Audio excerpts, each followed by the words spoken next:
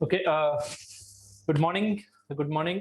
जैसे हमने कल लास्ट क्लास में बात की थी, डिजाइन अंडर सॉफ्ट और design of soft under static and dynamic loading. तो स्टैटिक लोडिंग का पार्ट हमने कंप्लीट कर लिया था कल। ठीक है, स्टैटिक लोडिंग में कुछ नहीं है, सिंपल हमारे पास स्टेप्स हमें पता होने चाहिए कि स्टैटिक लोडिंग में क्या क्या हमारे स्टेप्स यूज होंगे। ठीक है, किस तरह से हम सबसे हमारा अल्टीमेट एम क्या होता है जब भी हम डिजाइन कर रहे होते हैं, अल्टीमेट एम होता है डायमेंशन को निकालना। डायमेंशन किस चीज की? जनरली जैसे सॉफ्ट की बात करेंगे तो डायमीटर्स। ठीक है, और अगर हम हमारे पास गिवन क्या होता है? गिवन होता है हमारे लिए लोड। ठीक है, कि जो एक्सटर्नल चीजें हैं वो क्या है? हमारी लोड है जो कि हमें गिवन है, उसी के बेसिस पर हम क्या निकालते हैं? डायमेंशन। ठीक है, तो ये हमारा पर्पस होता है हमारी मशीन डिजाइन के बेसिस पर। अब हम चलते हैं इसी चैप्टर के सेकंड पार्ट पर। अभी तक हमने बात की थी स्टैटिक लोडिंग। स्टैटिक लोडिंग जो कि हमें एक पॉइंट लोड की तरह दिख रही थी किसी एक पर्टिकुलर शाफ्ट के उस एलिमेंट पर। ठीक है, अब हम बात कर रहे हैं फ्लक्चुएटिंग लोडिंग। बार बार, जैसे कि सिंपल सी बात है, आप एक शाफ्ट पर अब हम यहाँ पर बात करते हैं, आप एक शाफ्ट पर जो फोर्सेस लगा रहे थे, अगर सिर्फ और सिर्फ एक डायरेक्शन में फोर्स हो, जैसे कि हमारा वेट। ठीक है, वेट क्या है? एक डायरेक्शन में, वेट की डायरेक्शन कभी चेंज नहीं होगी। तो वेट क्या है हमारा? वेट है हमारा स्टैटिक लोड। ठीक है, वेट क्या है हमारा? Static load.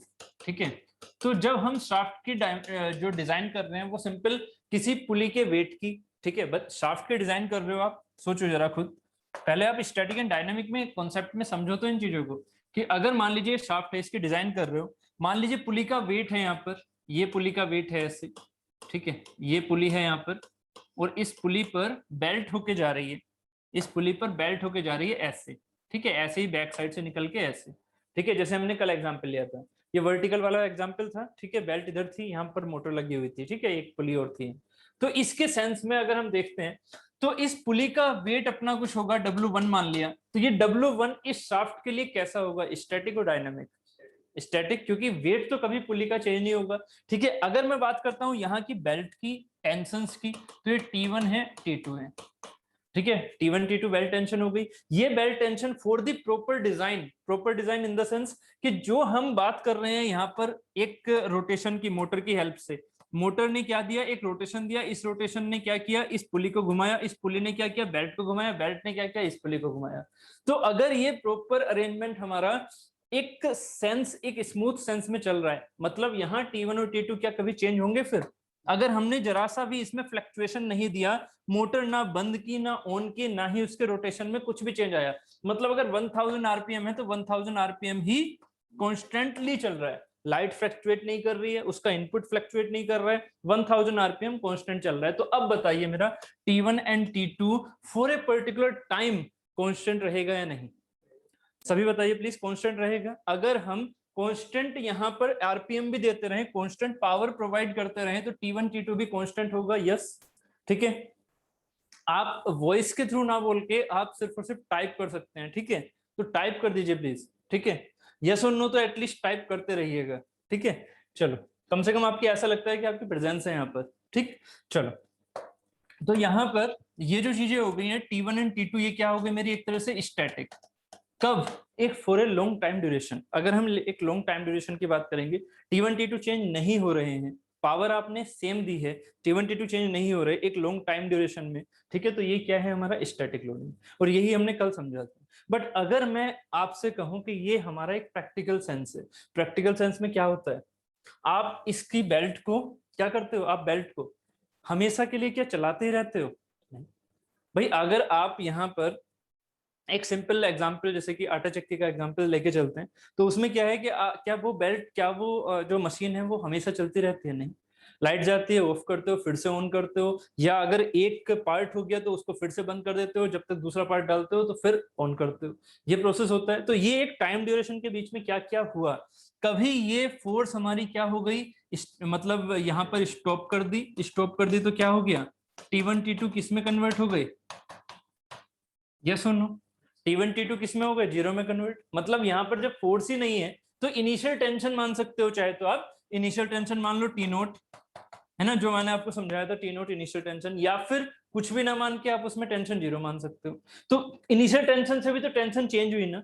ठीक है, और ये अगर बार बार चेंज हो रही है, समझो अब इस चीज को, अगर देखो प्रोसेस चल रहा है, प्रोसेस चलते हुए तो T1 T2 सेम चल रही हैं एक फॉर टाइम पीरियड, ठीक है। बट अगर ये प्रोसेस आप बार बार बंद और ओपन कर रहे हो, ठीक है, बंद कर रहे हो, ऑफ कर रहे हो, फिर ऑन कर रहे हो, तो क्या हो रहा है कि जो ये T1 T2 हमारी स्टैटिक अवस्था में आएंगी वो बार बार क्या हो रही है, चेंज हो रही है। कभी जीरो हो रही है तो कभी T1 T2, फिर T1 T2 एक टाइम के लिए चला फिर जीरो हो गया, फिर हमने ऑन किया फिर T1 T2 चला फिर जीरो हो गया। तो ये जो प्रोसेस हो रहा है ना, ये प्रोसेस इस पुली या इस शाफ्ट या इस बेल्ट के लिए क्या प्रोवाइड कर रहा है हमें, फ्लक्चुएटिंग लोड्स। ये क्या प्रोवाइड कर रहा है, फ्लक्चुएटिंग लोड्स। क्लियर हो रहा है ये चीज, फ्लक्चुएटिंग लोड्स या डायनामिक लोड बोल देते हैं इसे, ठीक है। ये क्या हो रहा है, टाइम के साथ बेसिकली हम क्या लेके चलते हैं, टाइम के साथ चेंज हो रहा है। क्या चीज चेंज हो रहा है टाइम के साथ, मैग्नीट्यूड, ठीक है। या फिर मटेरियल में क्या हो, फोर्स की डायरेक्शन चेंज हो जाए तब भी क्या होगा, डायनामिक, तब भी होगा डायनामिक, अगर फोर्स की डायरेक्शन चेंज होती जाए। बट यहाँ तो फोर्स की डायरेक्शन सेम रहेंगी। T1 T2 का जो एग्जांपल लिया वो तो फोर्स की डायरेक्शन सेम है, बट टाइम के साथ में इनका मैग्नीट्यूड चेंज होता जा रहा है। क्यों, क्योंकि कभी आप मोटर को बंद करते हैं कभी ओपन करते हैं। तो एक for a particular time period, मतलब कम से कम 5 दिन के लिए, जब आप इसकी साइकिल को देखोगे तो आपको दिखेगा कि ये कैसी है, ये फ्लक्चुएटिंग है। बार बार इस पर कभी फोर्स लगाते हो कभी नहीं लगाते हो, इसका मतलब ये फ्लक्चुएटिंग हो गई अगर 5 दिन का टाइम पीरियड लेके चलोगे, ठीक है। बट अगर इसके प्रोसेस के उस 5 मिनट को लेके चलोगे तब ये क्या है, स्टैटिक। ये सुनो, ठीक है, क्योंकि यहां पर अगर ये स्टैटिक होगा किसके लिए, जिस टाइम पर वो प्रोसेस चल रहा है, जिस टाइम पर वो प्रोसेस चल रहा है तब वो स्टैटिक होगा। बट ये डायनामिक कब हो जाएगा, जब एक लॉन्ग टाइम पीरियड की बात आप कर रहे होंगे। क्लियर है, तो ये होता है हमारा प्रैक्टिकल केस में डायनामिक लोडिंग का सेंस, ठीक है। ये हुई डायनामिक लोडिंग या फ्लक्चुएटिंग लोडिंग की बात, ठीक है। अब हम आगे चलते हैं, ठीक है। ये तो हो गया एक सेंस कि डायनामिक लोडिंग क्या होती है। अब इसके बारे में पढ़ो, क्या डिजाइन अंडर फटीग लोड। और फटीग लोड क्या होता है, फटीग क्या होता है, फटीग बेसिकली एक हमारी प्रॉपर्टी है जो कि मैंने सोम में आपको समझाई हुई है। फटीग क्या होता है, जब आपके पास बार बार रिवर्सल लोडिंग लग रही हो। रिवर्सल मतलब क्या होती है, एक लोड बार बार लग रहा हो। सेंस समझाओ थोड़ा सा और क्लियर करके। रिवर्सल लोडिंग क्या होती है, रिवर्सल ऑफ लोडिंग, इसका मीनिंग क्या है, यहीं से हम फटीग लोडिंग को समझते थे। रिवर्सल ऑफ लोडिंग इसका मीनिंग क्या था, जब किसी एक मटेरियल के किसी भी एलिमेंट पर, है ना, किसी भी पॉइंट पर अगर एक बार फोर्स टेंशन लगे और दूसरे टाइम पर फोर्स फिर से कंप्रेशन लग जाए ऐसे, या फिर मैग्नीट्यूड जीरो हो जाए फिर से टेंशन लगे, तो अगर उसी पॉइंट पर हमारा जो रिवर्सल लोडिंग, मतलब हमारे पास लोड की डायरेक्शन चेंज होती जाए या उसका मैग्नीट्यूड चेंज होता जाए किसी भी पॉइंट पर, तो वो पॉइंट किसके अंदर कहलाता है, रिवर्सल लोडिंग के अंदर। और यही जो रिवर्सल लोडिंग की वजह से, जो रिवर्सल लोडिंग की वजह से उसमें जो फेलियर आएगा, ठीक है, उसी को हम बोलते हैं फटीग फेलियर।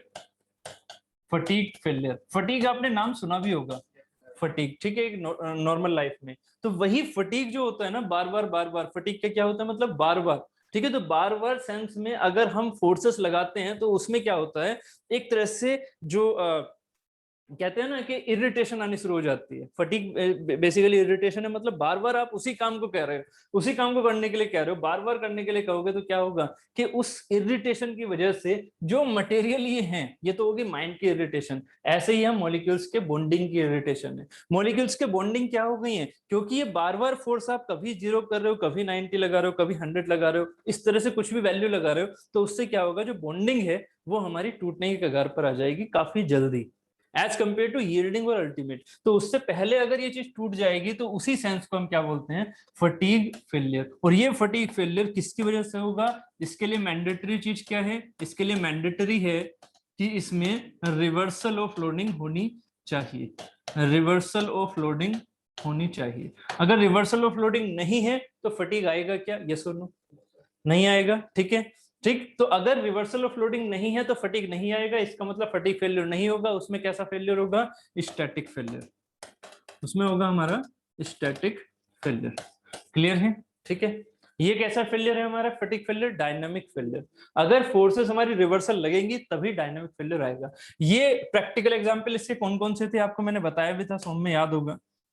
अगर मैं इस शाफ्ट को एक फोर्स लगा के, ऐसे मैंने एक फोर्स लगाया तो ये बैंड हो गई ऐसे, आपको याद है न्यूट्रल एक्सिस, तो न्यूट्रल एक्सिस मान लीजिए ये जा रही है, तो इससे ऊपर मटेरियल यहाँ पर कैसा है, टेंशन में, ठीक है, ये टेंशन में है, और नीचे वाला क्या है यहाँ पर, कंप्रेशन में, ठीक है, ये कंप्रेशन में हो गया नीचे वाला एलिमेंट। बट अगर मैं इसे हाफ रोटेशन दूं, मतलब इस शाफ्ट को या इस चीज को मैं रोटेशन देना शुरू कर दूं, तो हाफ रोटेशन दूं, तो ये वाला पॉइंट जब नीचे जाएगा, ब्लू वाला पॉइंट, जब ये ब्लू वाला पॉइंट नीचे जाएगा तो क्या हो जाएगा यहाँ पर, टेंशन। जब ब्लू वाला पॉइंट नीचे जाएगा तो क्या हो जाएगा, टेंशन, और जब ये येलो वाला पॉइंट ऊपर आएगा तो उसमें क्या हो जाएगा, कंप्रेशन, ठीक है। तो सॉरी, ये उल्टा बोल दिया मैंने, जब ये येलो वाला पॉइंट नीचे जाएगा तो उसमें आएगा ये, सॉरी यार क्या दिखा रहे हो आप,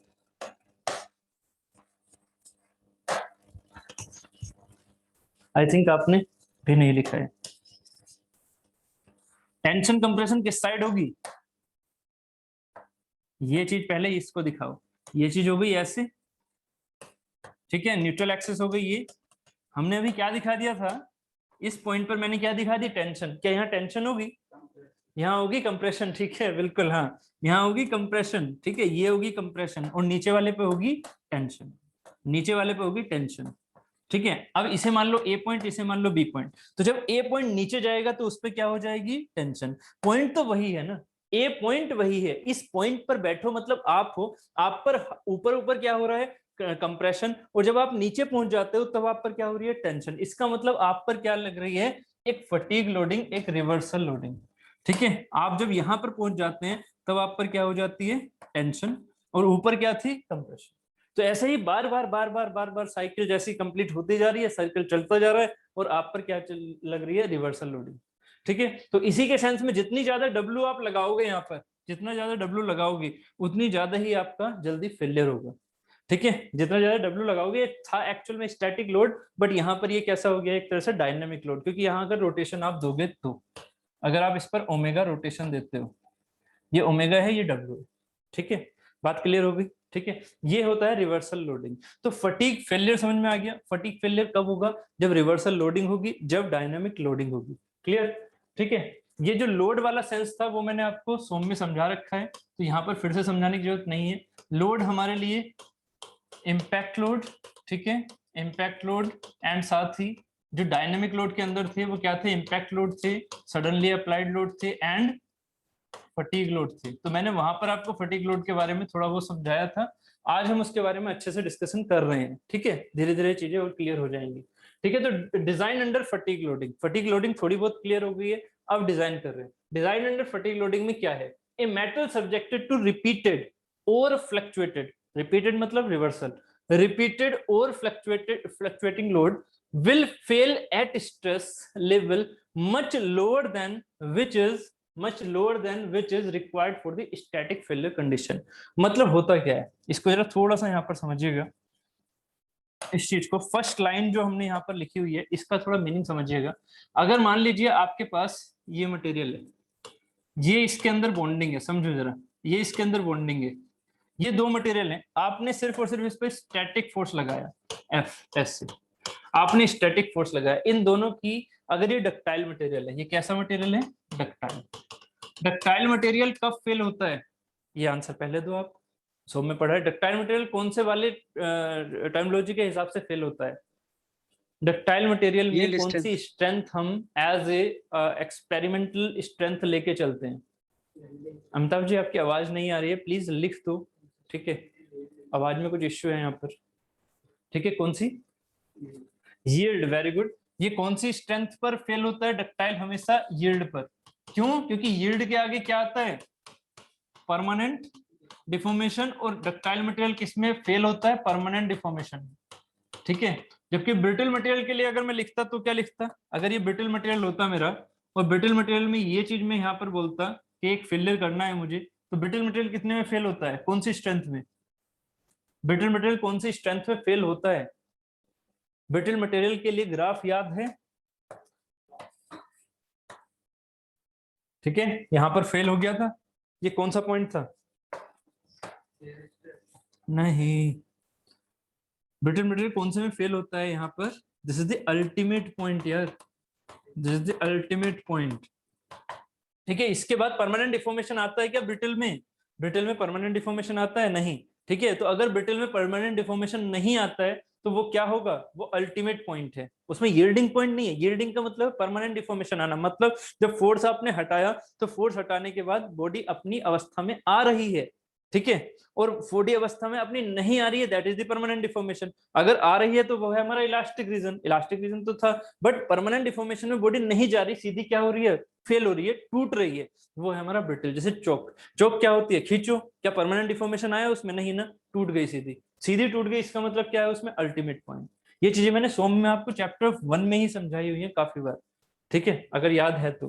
ठीक है, तो अल्टीमेट पॉइंट ये हो गया, ठीक है। और यील्ड पॉइंट हमारे लिए क्या होता है, आपको शायद ये याद हो, ठीक है, ये किसका ग्राफ था, ये ग्राफ किसका था, माइल्ड स्टील।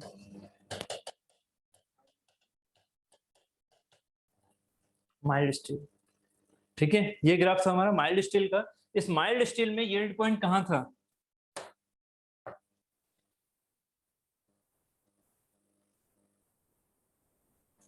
Upper limit. ये पॉइंट हमारे यील्ड पॉइंट थे, लोअर यील्ड पॉइंट, अपर यील्ड पॉइंट, ये था हमारा लोअर यील्ड पॉइंट।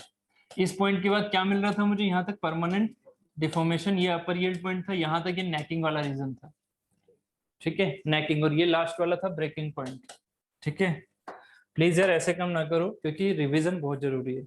अगर आप रिवीजन नहीं करोगे तो फिर बेकार है, फिर सारी चीजें बेकार है, कोई फायदा नहीं लगेगा, फिर नॉलेज के लिए बैठे हो बस, ठीक है। अगर रिवीजन नहीं करोगे तो एग्जाम क्रैक करना बहुत मुश्किल हो जाएगा, ठीक है।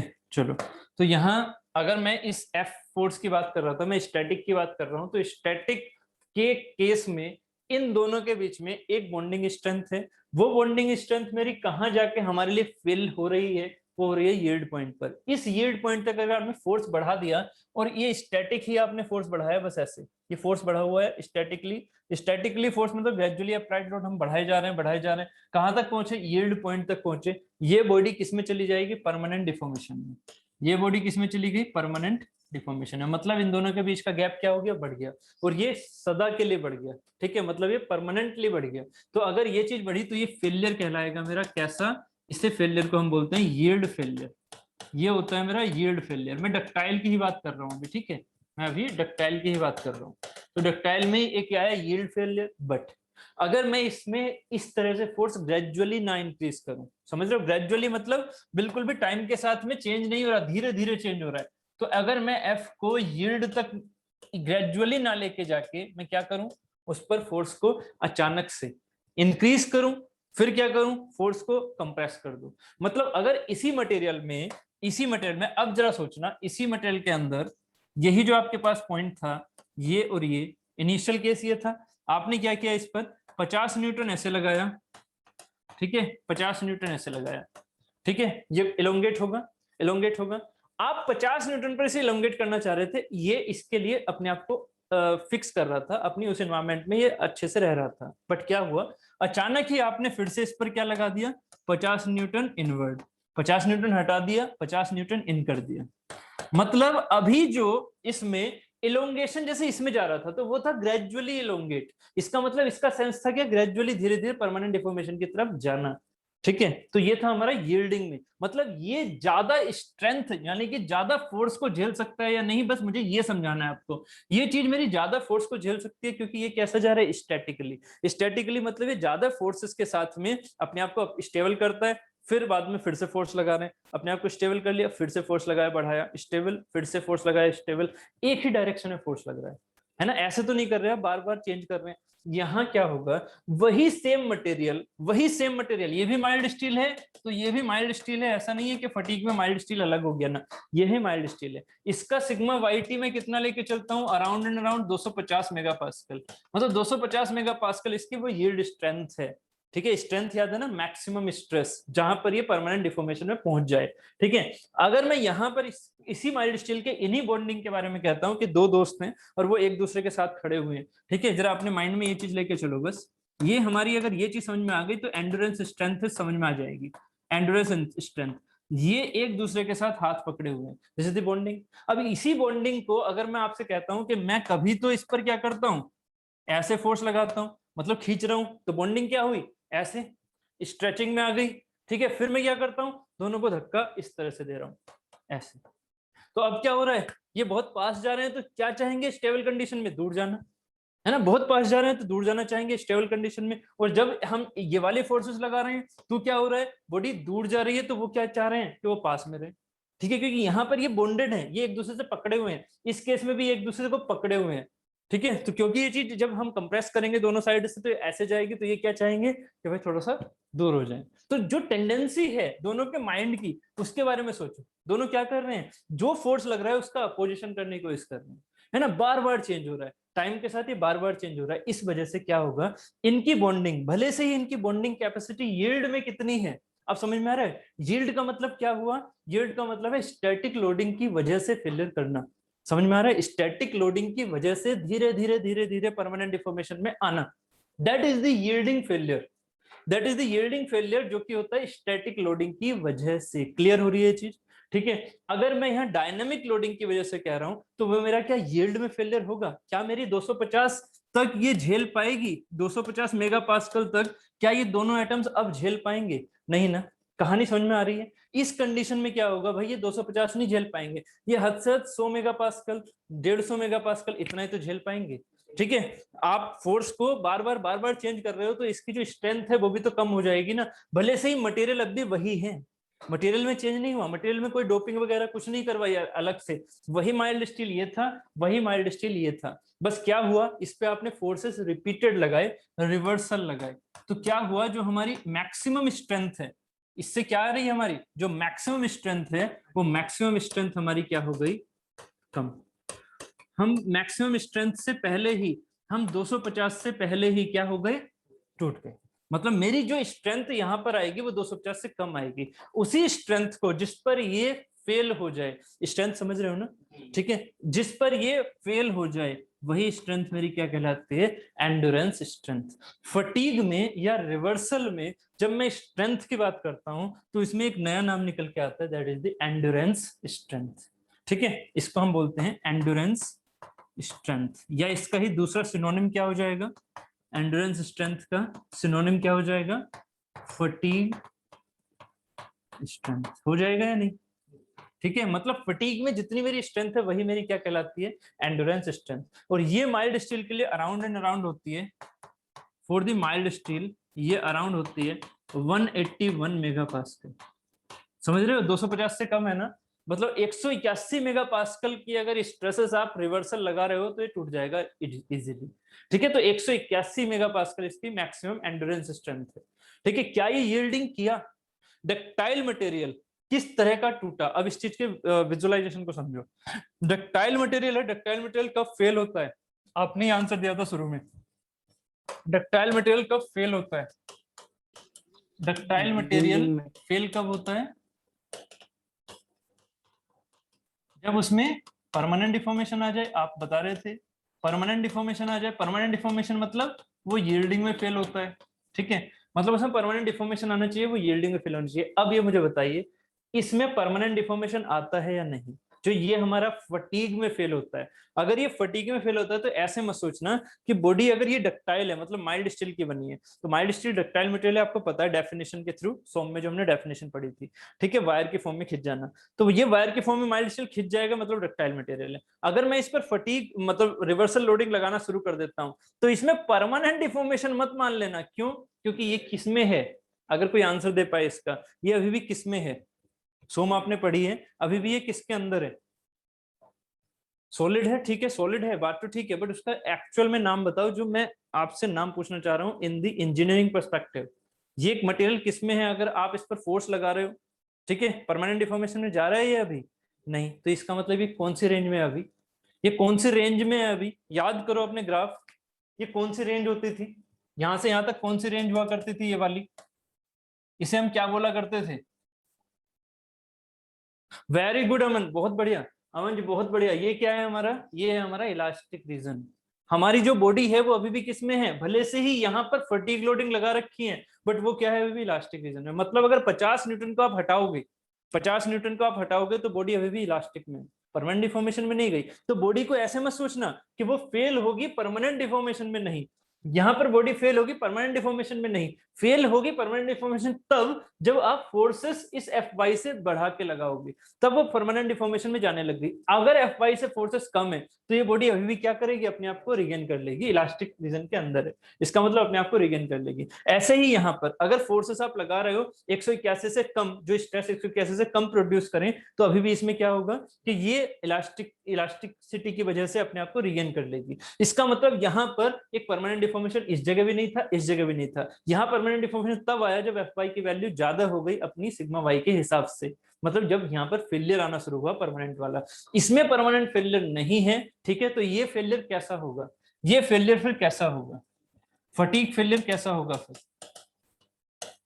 फटीग फेलियर क्या धीरे धीरे फेल होगा डक्टाइल मटेरियल, क्या ductile material, fatigue failure in ductile material क्या धीरे धीरे स्लोली परमानेंटली डिफॉर्म होके फेल दिखेगा मुझे। मतलब आपके पास अगर ये माइल्ड स्टील है और ये माइल्ड स्टील है, इस पर मैं ऐसे ऐसे फोर्स लगा रहा हूँ, बार बार फोर्स लगा रहा हूँ अंदर और बाहर की तरफ, तो इस सेंस में रिवर्सल लोडिंग लगाने पर क्या इसकी डायमेंशन परमानेंटली इंक्रीज हो जाएंगी, नहीं, क्योंकि इसमें कंप्रेशन भी तो लग रहा है, तो डिक्रीज भी हो सकती थी। इसका मतलब ये हमेशा क्या होगा, ब्रेक होगा सीधा। बहुत बढ़िया, ये क्या होगा, सीधा ब्रेक होगा। तो जो हमारे फटीग फेलियर होते हैं वो कैसे होते हैं, सीधे ब्रेक, ठीक है, इनमें परमानेंट डिफॉर्मेशन नहीं आता। तो अगर ये ब्रेकिंग सीधी हो रही है, ये फेलियर कैसा है, अगर सीधा ब्रेक हो रहा है, इसका मीनिंग क्या हुआ कि डक्टाइल मटेरियल भी हमारे सीधे ब्रेक हो सकते हैं विदाउट एनी परमानेंट डिफॉर्मेशन, ठीक है। डक्टाइल मटेरियल सीधे ब्रेक हो गए any without any permanent deformation. अब ये बताइए क्या ये चीज हमारे लिए अच्छी है या बुरी खबर है, as a engineer for mechanical के लिए ये अच्छी खबर है या बुरी कि डक्टाइल मटेरियल ब्रेक हो गए विदाउट एनी परमानेंट डिफॉर्मेशन। बुरी खबर है, ठीक है, बुरी खबर है ना, ठीक है। तो बस यही चीज समझनी है कि फटीग सेंस हमें जितना हो सके इससे दूर रखना है, इससे अपने आप को दूर रखना है। नहीं तो एफओएस इतनी ज्यादा लेके चलो कि आप हमेशा सेफ साइड रहो, मतलब 181 से कम में रहो, ठीक है। क्योंकि डक्टाइल मटेरियल में जब परमानेंट डिफॉर्मेशन आ जाता है, शाफ्ट अगर परमानेंटली बढ़ गई अपनी लेंथ में या डायमीटर में, तो उससे क्या होगा कि हमारे लिए वो फेल हो चुकी है, शाफ्ट बेकार हो चुकी है, लेंथ में अगर बढ़ चुकी है तो वो बेकार हो गई। इसी तरह से अगर वो हमारी शाफ्ट तुरंत ही टूट गई,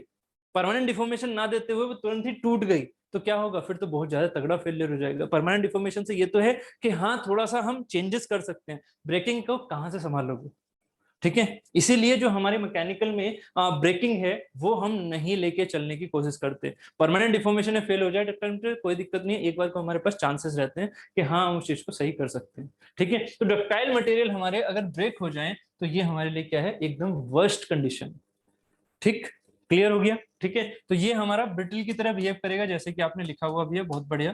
तो ये हमारा ब्रिटल की तरह, ब्रिटल लाइक बिहेव करेगा, ठीक है, ये ब्रिटल की तरह काम करेगा। यहाँ पर डक्टाइल जो है वो एक्चुअल में अब कैसा हो गया यहाँ पर, ब्रिटल। अगर फटीग फेलियर की बात कर रहे हैं, रिवर्सल लोडिंग की बात कर रहे हैं, बात क्लियर हो रही है, ठीक है। चलो यहाँ तक ये चीज क्लियर होगी, permanent deformation, breaking, endurance, strength समझ में आ गई सभी को। जल्दी से बताइए आप भी, क्लियर हो गया है, नहीं कोई डाउट है तो पूछ लो, ठीक है। ठीक, अमिताभ जी बताइए क्लियर हो गया, आगे चलें, ठीक है, ओके चलो। सो फर्स्ट लाइन अब समझ में आ गई होगी, a metal subjected to repeated और fluctuating load will fail at stress level much lower than which is required for the static failure condition. तो स्टैटिक फेलियर कंडीशन के लिए कितनी चाहिए थी आपको स्ट्रेस, 250, ठीक है। 250 में परमानेंटली डिफॉर्म कर लेते, 181 पे ही कैसे डिफॉर्म कर सकते हो, ऐसे करके रिवर्सल लोडिंग लगाने के बाद आप 181 पर ही फेल कर सकते हो। कैसा वाला फेलियर, ब्रिटल फेलियर दे दोगे, परमानेंट वाले की बात ही नहीं करेंगे। कैसा वाला जाएगा, ब्रिटल फेलियर, एकदम एक दूसरे से ब्रेक, टूट जाएगा, ठीक है। तो वो टूट जाएगा, स्टील क्या होगी, तुरंत टूट जाएगी, ठीक है, वो परमानेंट डिफॉर्मेशन में नहीं जाएगी, नेकिंग वैकिंग नहीं होगी जरा सी भी, सीधे टूट जाएगी, ठीक है। अब ये वाली चीज, if load is static design, next line है, if load is static designer use yield strength ductile के लिए और ultimate strength for the brittle के लिए, ठीक है। अगर स्टैटिक लग रहा है brittle for designing the component, ये चीज तो हमने पहले ही पढ़ ली। उसके लिए if load is variable, if load is variable designer use the endurance strength. अगर वेरिएबल लोड है मतलब डायनामिक लोड है, तो आप क्या, अगर डायनामिक लोड है तो आप क्या सिग्मा वाई टी की बात करोगे या सिग्मा यूटी की बात करोगे, नहीं, आप सीधी किसकी बात करोगे, सिग्मा ई की। मैंने अभी समझाया ना कि एंड्योरेंस स्ट्रेंथ से हमारी जो इंड्यूस्ड स्ट्रेस है, मतलब सिग्मा इंड्यूस, वो सिग्मा ई से कम होनी चाहिए। अगर सिग्मा इंड्यूस सिग्मा ई से बढ़ गई, ठीक है, भले से वो सिग्मा वाई टी या सिग्मा यूटी से कम है, बट सिग्मा ई से बढ़ गई, इसका मतलब बॉडी क्या हो गई है, फेल, टूट चुकी है। ठीक है, तो एंड्योरेंस स्ट्रेंथ के बेसिस पर डिजाइनिंग की जाती है जब हमारे पास डायनामिक लोडिंग हो।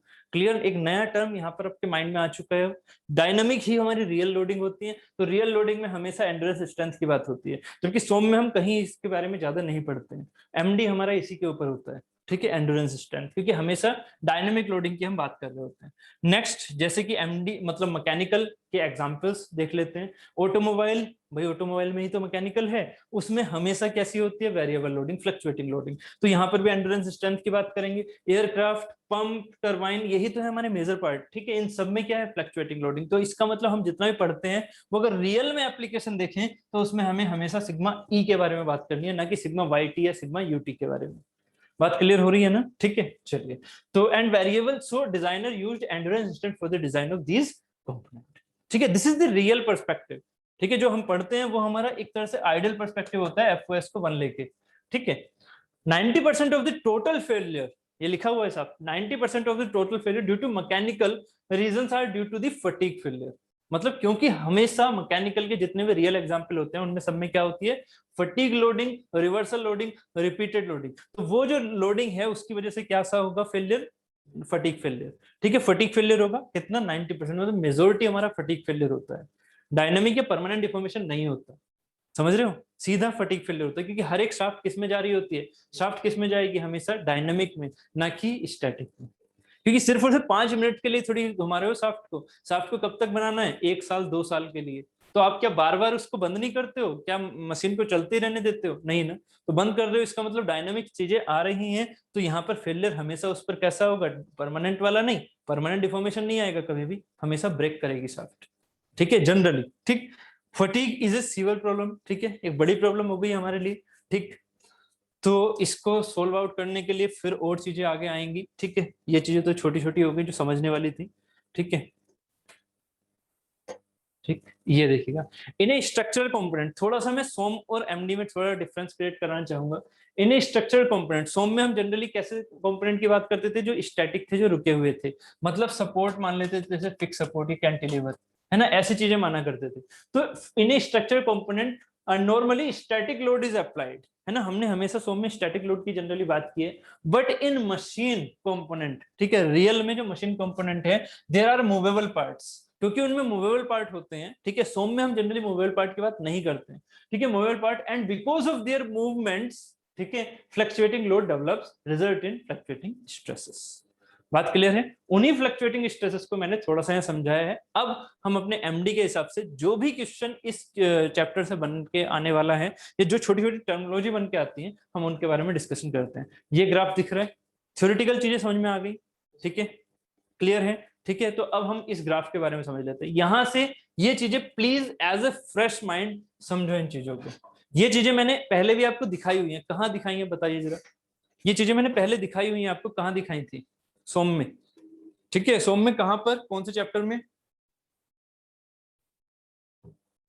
फर्स्ट चैप्टर में ही, टाइप ऑफ लोडिंग में with respect to time, dynamic load, dynamic load में ये वाली जो चीजें थी फटीग लोडिंग में बताई थी। फटीग लोडिंग में बहुत सारे ग्राफ मैंने बताए थे आपको, शायद याद हो, है ना, कि फटीग लोडिंग में एक था हमारा फ्लक्चुएटिंग लोड, एक था reversal load, completely reverse, completely fluctuate load, एक रिपीटेड लोड, ये सारी चीजें थी, उनके ग्राफ बनाए थे हमने ऐसे, ठीक है। आई थिंक आपको याद नहीं है, बट प्लीज सोम की नोटबुक देखना, आपको याद आ जाएगा, वो सारी चीजें मैं फिर से नहीं बोल रहा हूँ, ठीक है, क्योंकि फिर एक लेक्चर उसमें पूरा लेंदी जाएगा, ठीक है। तो आपको क्या करना है, आपको टर्मिनोलॉजी समझनी है, ठीक है। टर्मिनोलॉजी में क्या हुआ कि आपने एक माना हुआ है स्ट्रेस, एक माना हुआ है टाइम, यही चीज उसमें भी थी जब मैंने ग्राफ बनाया था। एक स्ट्रेस डायरेक्शन है, एक टाइम डायरेक्शन है। मान लीजिए आपके पास ये मैं फ्लक्चुएटिंग स्ट्रेस साइकिल, भले से मैं कितना भी कह दूं कि आप पढ़ लेना, बट मेरी आदत ऐसी हो चुकी है कि मुझे बताना ही होता है, ठीक है। तो यहाँ पर क्या है कि एक एफ ऐसे लग रहा है, ये एक बॉडी है जिस पर एक एफ ऐसे लग रहा है। ये एफ क्या देगा, एक टेंशन सेंस, मतलब बढ़ता हुआ टेंशन सेंस, ठीक है।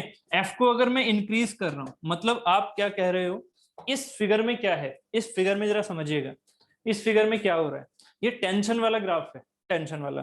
तो टेंशन वाले में कैसे, सिग्मा क्या है, इधर की साइड में टेंशन, ठीक है, और इधर की साइड में क्या है, कंप्रेशन। नीचे की साइड में जो ये प्लॉट है, ये ग्राफ है ना, एक प्लॉट है टाइम के साथ। तो यहाँ पर अगर मैं एक रेफरेंस ले लूं जीरो का, जीरो स्ट्रेस का, तो वो ये होगी बिना किसी फोर्स के। अब अगर मैं इस बॉडी पर मैं क्या करता हूं, 50 न्यूटन के हिसाब से, एरिया मान लो 1 मीटर, 1 मीटर स्क्वायर, तो 50 न्यूटन के हिसाब से आपने एक स्ट्रेस लगाई, फोर्स लगाया, है ना, स्ट्रेस आई, कितनी आई, 50 न्यूटन पर मीटर स्क्वायर, ये आ गई, ठीक है। अब इस चीज को समझिएगा, 50 न्यूटन टेंशन था, अब मैंने क्या किया, 25 न्यूटन टेंशन, कंप्रेशन नहीं टेंशन। तो अब क्या होगा, आप अपना फोर्स कम कर दोगे, अपने माइंड में कम करो, कंप्रेशन मत करो। कंप्रेशन होता तो क्या होता, 25 न्यूटन का कंप्रेशन, है ना। मैं क्या कह रहा हूँ, 25 न्यूटन का टेंशन रखो, तो कम हो गया फोर्स, 25 न्यूटन पर मीटर स्क्वायर टेंशन स्ट्रेस आ गई। फिर से अब क्या करो, कुछ टाइम के बाद 50 न्यूटन कर दो, कर दी। सोचो जरा इसे, फिर से क्या करो, 25 न्यूटन कर दो। कंप्रेस नहीं कर रहे हो, बस टेंशन की वैल्यू कम कर रहे हो, फिर से 50 कर दो, फिर से 25 कर दो, कंप्रेस नहीं कर रहे, फिर से 50, फिर से 25, फिर से 50, फिर से 25। अभी भी क्या है, हर एक पॉइंट किसमें है, टेंशन में या कंप्रेशन में। जब 50 से 25 में जा रहा है तो बताइए मुझे, वो टेंशन में है या कंप्रेशन में। जब 50 से 25 जा रहा है तो वो टेंशन में है या कंप्रेशन में। जब 50 न्यूटन से वो 25 न्यूटन जा रहा है, अभी में मैं उसे क्या बोल रहा था, यही तो समझना है, यही समझना है कि 50 न्यूटन, बहुत बढ़िया अमन जी, बहुत बढ़िया। टेंशन अभी भी क्यों, क्योंकि मैंने एग्जाम्पल ही क्या लिया है, एग्जाम्पल को माइंड में सोचो तो सही, मैं क्या कहना चाह रहा हूँ। एक बॉडी है, इसको खुद से फील किया करो, एक बॉडी है, इस बॉडी पर आपने 50 न्यूटन पर मीटर स्क्वायर का फोर्स लगाया, मतलब स्ट्रेस लगाया, अभी भी क्या है, ये मॉलिक्यूल टेंशन में। अब मैंने आपसे कहा 25 न्यूटन पर मीटर स्क्वायर का स्ट्रेस लगाओ, किसमें, टेंशन में। क्या करोगे, फोर्स की वैल्यू का 50 ही रखोगे, कम करोगे ना, कम कर रहे हो वैल्यू, टेंशन में ही तो कर रहे हो, ऐसे थोड़ी कर रहे हो, ऐसे कम, टेंशन में कम कर रहे हो वैल्यू, मैग्नीट्यूड कम कर रहे हो, ठीक है। तो मैग्नीट्यूड का सेंस है वो कि मैग्नीट्यूड कम हो रहा है, डायरेक्शन अभी भी क्या है, पॉइंट के ऊपर, टेंशन की ही। फील करो उसे, उसे फील करो, जैसे कि आप इस चीज को फील करते हो। मैंने आज उल्टा बोला तो फील करने में दिक्कत आई, मैं सीधा बोलता तो 25 न्यूटन पर मीटर स्क्वायर है, टेंशन में है। अब मैंने क्या कहा कि 25 से 50 ले जाओ, किस में रह गया, टेंशन में। अब तो समझ में आ रहा है, उसका उल्टा कर लो, 50 है, 50 को कम कर दिया, 25 कर दिया, अभी भी है तो टेंशन ही ना, ठीक है बस। ठीक, जब उल्टा बोलते हैं तब दिक्कत हो रही है चलो ठीक है। तो ये 50, ये 25 अभी भी किस में है, ये टेंशन में, ठीक है। कंप्रेशन में तब आगा जब आप इसे क्या करोगे, 50 न्यूटन ऐसे और 25 न्यूटन का कंप्रेशन दे रहे हो एक्स्ट्रा, ऐसे ये चीज ऐसे अंदर की तरफ 25 न्यूटन लगा रहे हो अंदर की तरफ, तब आपको फील होगा कि हाँ उस पर कंप्रेशन जा रहा है। तब ग्राफ होगा इसके नीचे जाएगा, ऊपर से तो स्टार्ट होगा, नीचे तक जाएगा। तो मैंने एक सिंपल ग्राफ लिया है, सिंपल ग्राफ किसमें, एक ही डायरेक्शन में। कौन सी डायरेक्शन है, टेंशन वाली, क्योंकि बॉडी टेंशन में फटीग में फेल जल्दी होगी। थोड़ा अभी इस चीज को हम समझेंगे अच्छे से। मैंने अभी टेंशन वाला ग्राफ किया है, टेंशन मतलब इस सरफेस से ऊपर ऊपर, इस प्लॉट के रेफरेंस से ऊपर ऊपर, टेंशन में इसका नाम है fluctuating stress cycle. Stress cycle में पहली स्ट्रेस है ये फ्लक्चुएटिंग स्ट्रेस साइकिल। इसी पर हमने नॉमिनेशन देखे, सॉरी नोमेनक्लेचर देखे हैं यहाँ पर इस तरह से। नोमेनक्लेचर हमारी क्या क्या है देखिएगा, ये है हमारे पास सिग्मा मैक्स दिख रही है, ये 0 है, तो 0 से कौन से पॉइंट हो गए सिग्मा मैक्स वाले, ये सिग्मा मैक्स हो गया, इसे हम सिग्मा मैक्स बोल सकते हैं। तो ये सिग्मा मैक्स कहां से कहां तक होगा, यहां से ऐसे, धीरे सिग्मा मैक्स होगा या नहीं, ठीक है सिग्मा मैक्स। ये जो है आपने नाम सुना था एम्पलीट्यूड का, ये एक वेव की तरह दिख रही है या नहीं, ये वेव की तरह है, तो एम्पलीट्यूड हुआ करता था इसका, एम्पलीट्यूड क्या हुआ करता था, मीन से कितना मैक्सिमम ऊपर जा रहा है, कितना मैक्सिमम नीचे जा रहा है, दैट इज द एम्पलीट्यूड। तो यहाँ का मीन क्या होगा, इस वाली साइकिल का मीन क्या होगा, ये रहा, होगा या नहीं होगा, सेंस में दिख रहा है, ये मीन है। तो मीन स्ट्रेस कितनी, कहां से मेजर करोगे, इसी मीन से, इसी मीन से स्ट्रेस की वैल्यू मेजर करोगे। सोचो जरा मैं क्या पूछ रहा हूं, मैं क्या कह रहा हूं, इस मीन की स्ट्रेस कितनी, कहां से मैं वो एरो दिखाऊं, स्ट्रेस कहां से शुरू होगी, स्ट्रेस की जो मेजरमेंट है वो कितना, मान लीजिए ये वाली वैल्यू आपकी, इसे आप बोलते हो मीन लाइन, वो मीन लाइन कहां से शुरू हो रही है, मतलब स्ट्रेस की वैल्यू आप कितनी बोलोगे यहाँ पर, स्ट्रेस की वैल्यू कितनी बोलोगे यहाँ पर, ये वैल्यू मैक्सिमम है, सोचो। नहीं नहीं नहीं, इलास्टिक वाला सेंस नहीं लेके चलना, मैंने आपसे बोला ना एकदम ये, ठीक है, जीरो से शुरू होगी, ठीक है, आंसर आ चुका है, ठीक। कोशिश करो जरा इस चीज को समझने की, मैं कुछ ऐसा कॉम्प्लिकेटेड चीजें नहीं पूछ रहा, बस वो एक सेंस बताया आपको मैंने 50 और 25 वाला। अब मैं आपसे एक सिंपल सा सेंस पूछ रहा हूँ, क्या कि अगर आप इसकी सिग्मा मैक्स बोलते हो तो सिग्मा मैक्स शुरू कहाँ से करते हो मेजर करना? रेफरेंस प्लॉट के जीरो से तो करते हो भाई, यहां से तो करते हो ना, जीरो से कितना गया sigma max, value sigma max से कितनी आ गई, मान लीजिए 100 न्यूटन पर मीटर स्क्वायर, कहाँ दिखाओगे, यहीं से तो दिखाओगे ना ऐसे। अब मैं पूछ रहा हूँ मीन की वैल्यू कहां से दिखाओगे, तो यहीं से तो दिखाओगे, यहां से, है ना, मैं ये पूछना चाह रहा हूं। तो ये कितना होगा यहां से सिग्मा मीन, ये कितना हो गया मेरा सिग्मा मीन, यस और नो? ठीक है, दिख रहा है सिग्मा मीन, ठीक है, ये सिग्मा मीन है, ये सिग्मा मैक्स है ना, इस मीन से कितना ऊपर गया, ये कहां से मेजर करोगे, यहां से, सिग्मा मीन से कितना ऊपर गया, एम्पलीट्यूड कहां से मेजर होगा, सिग्मा मीन से या जीरो से, एम्पलीट्यूड सिग्मा मीन से, मतलब इस पॉइंट से ये मेजर हुआ सिग्मा ए, यहां से मेजर नहीं करोगे, यहां से तो सिग्मा मीन मेजर होगा, फिर सिग्मा मीन से कितना सिग्मा मैक्स जा रहा है, दैट इज द एम्पलीट्यूड। तो ये एम्पलीट्यूड ये है या फिर ये एम्पलीट्यूड ये है, इसमें कोई दिक्कत, दोनों ही सेम है, ठीक है, मीन से ये कोरस्पॉन्डिंग दोनों पॉइंट सेम है, ठीक है।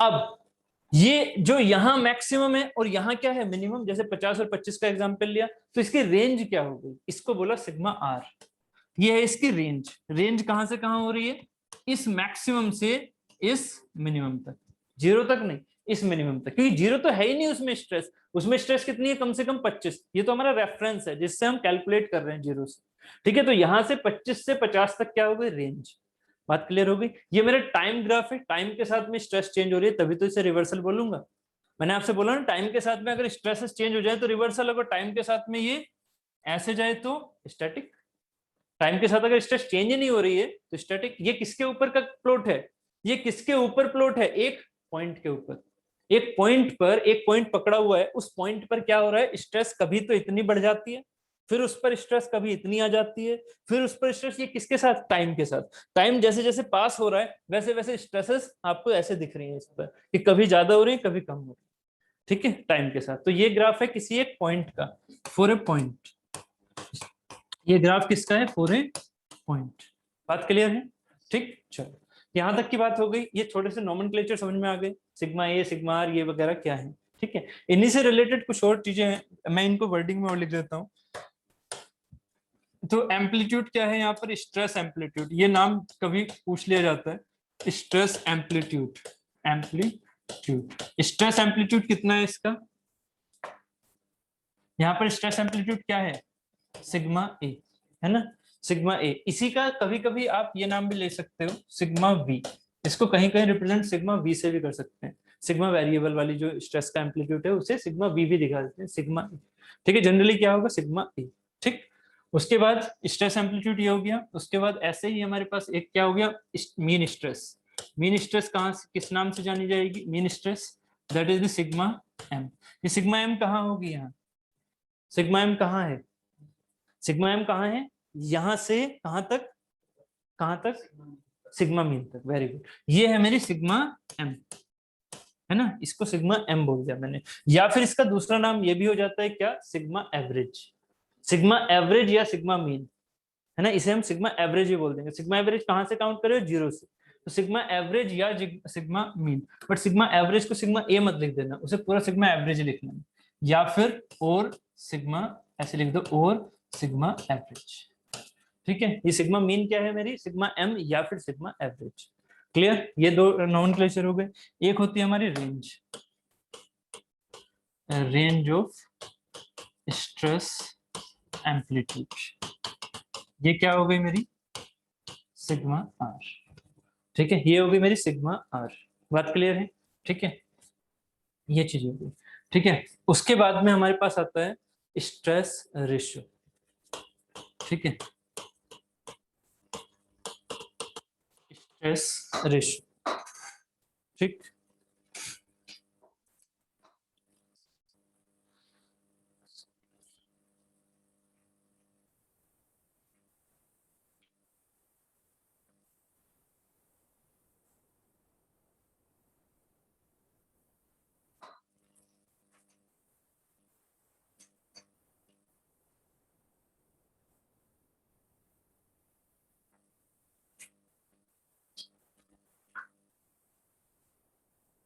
ठीक है। हाँ, ये हमारे पास दो टर्मोलॉजी हैं, देखिएगा, एक है हमारे पास स्ट्रेस रेशियो और एक है हमारे पास एम्पलीट्यूड रेशियो, एक है एम्पलीट्यूड रेशियो। ठीक है, एक है हमारे पास स्ट्रेस रेशियो और एक है एम्पलीट्यूड रेशियो। तो स्ट्रेस रेशियो को देखिएगा, stress ratio is equal to sigma min upon sigma max.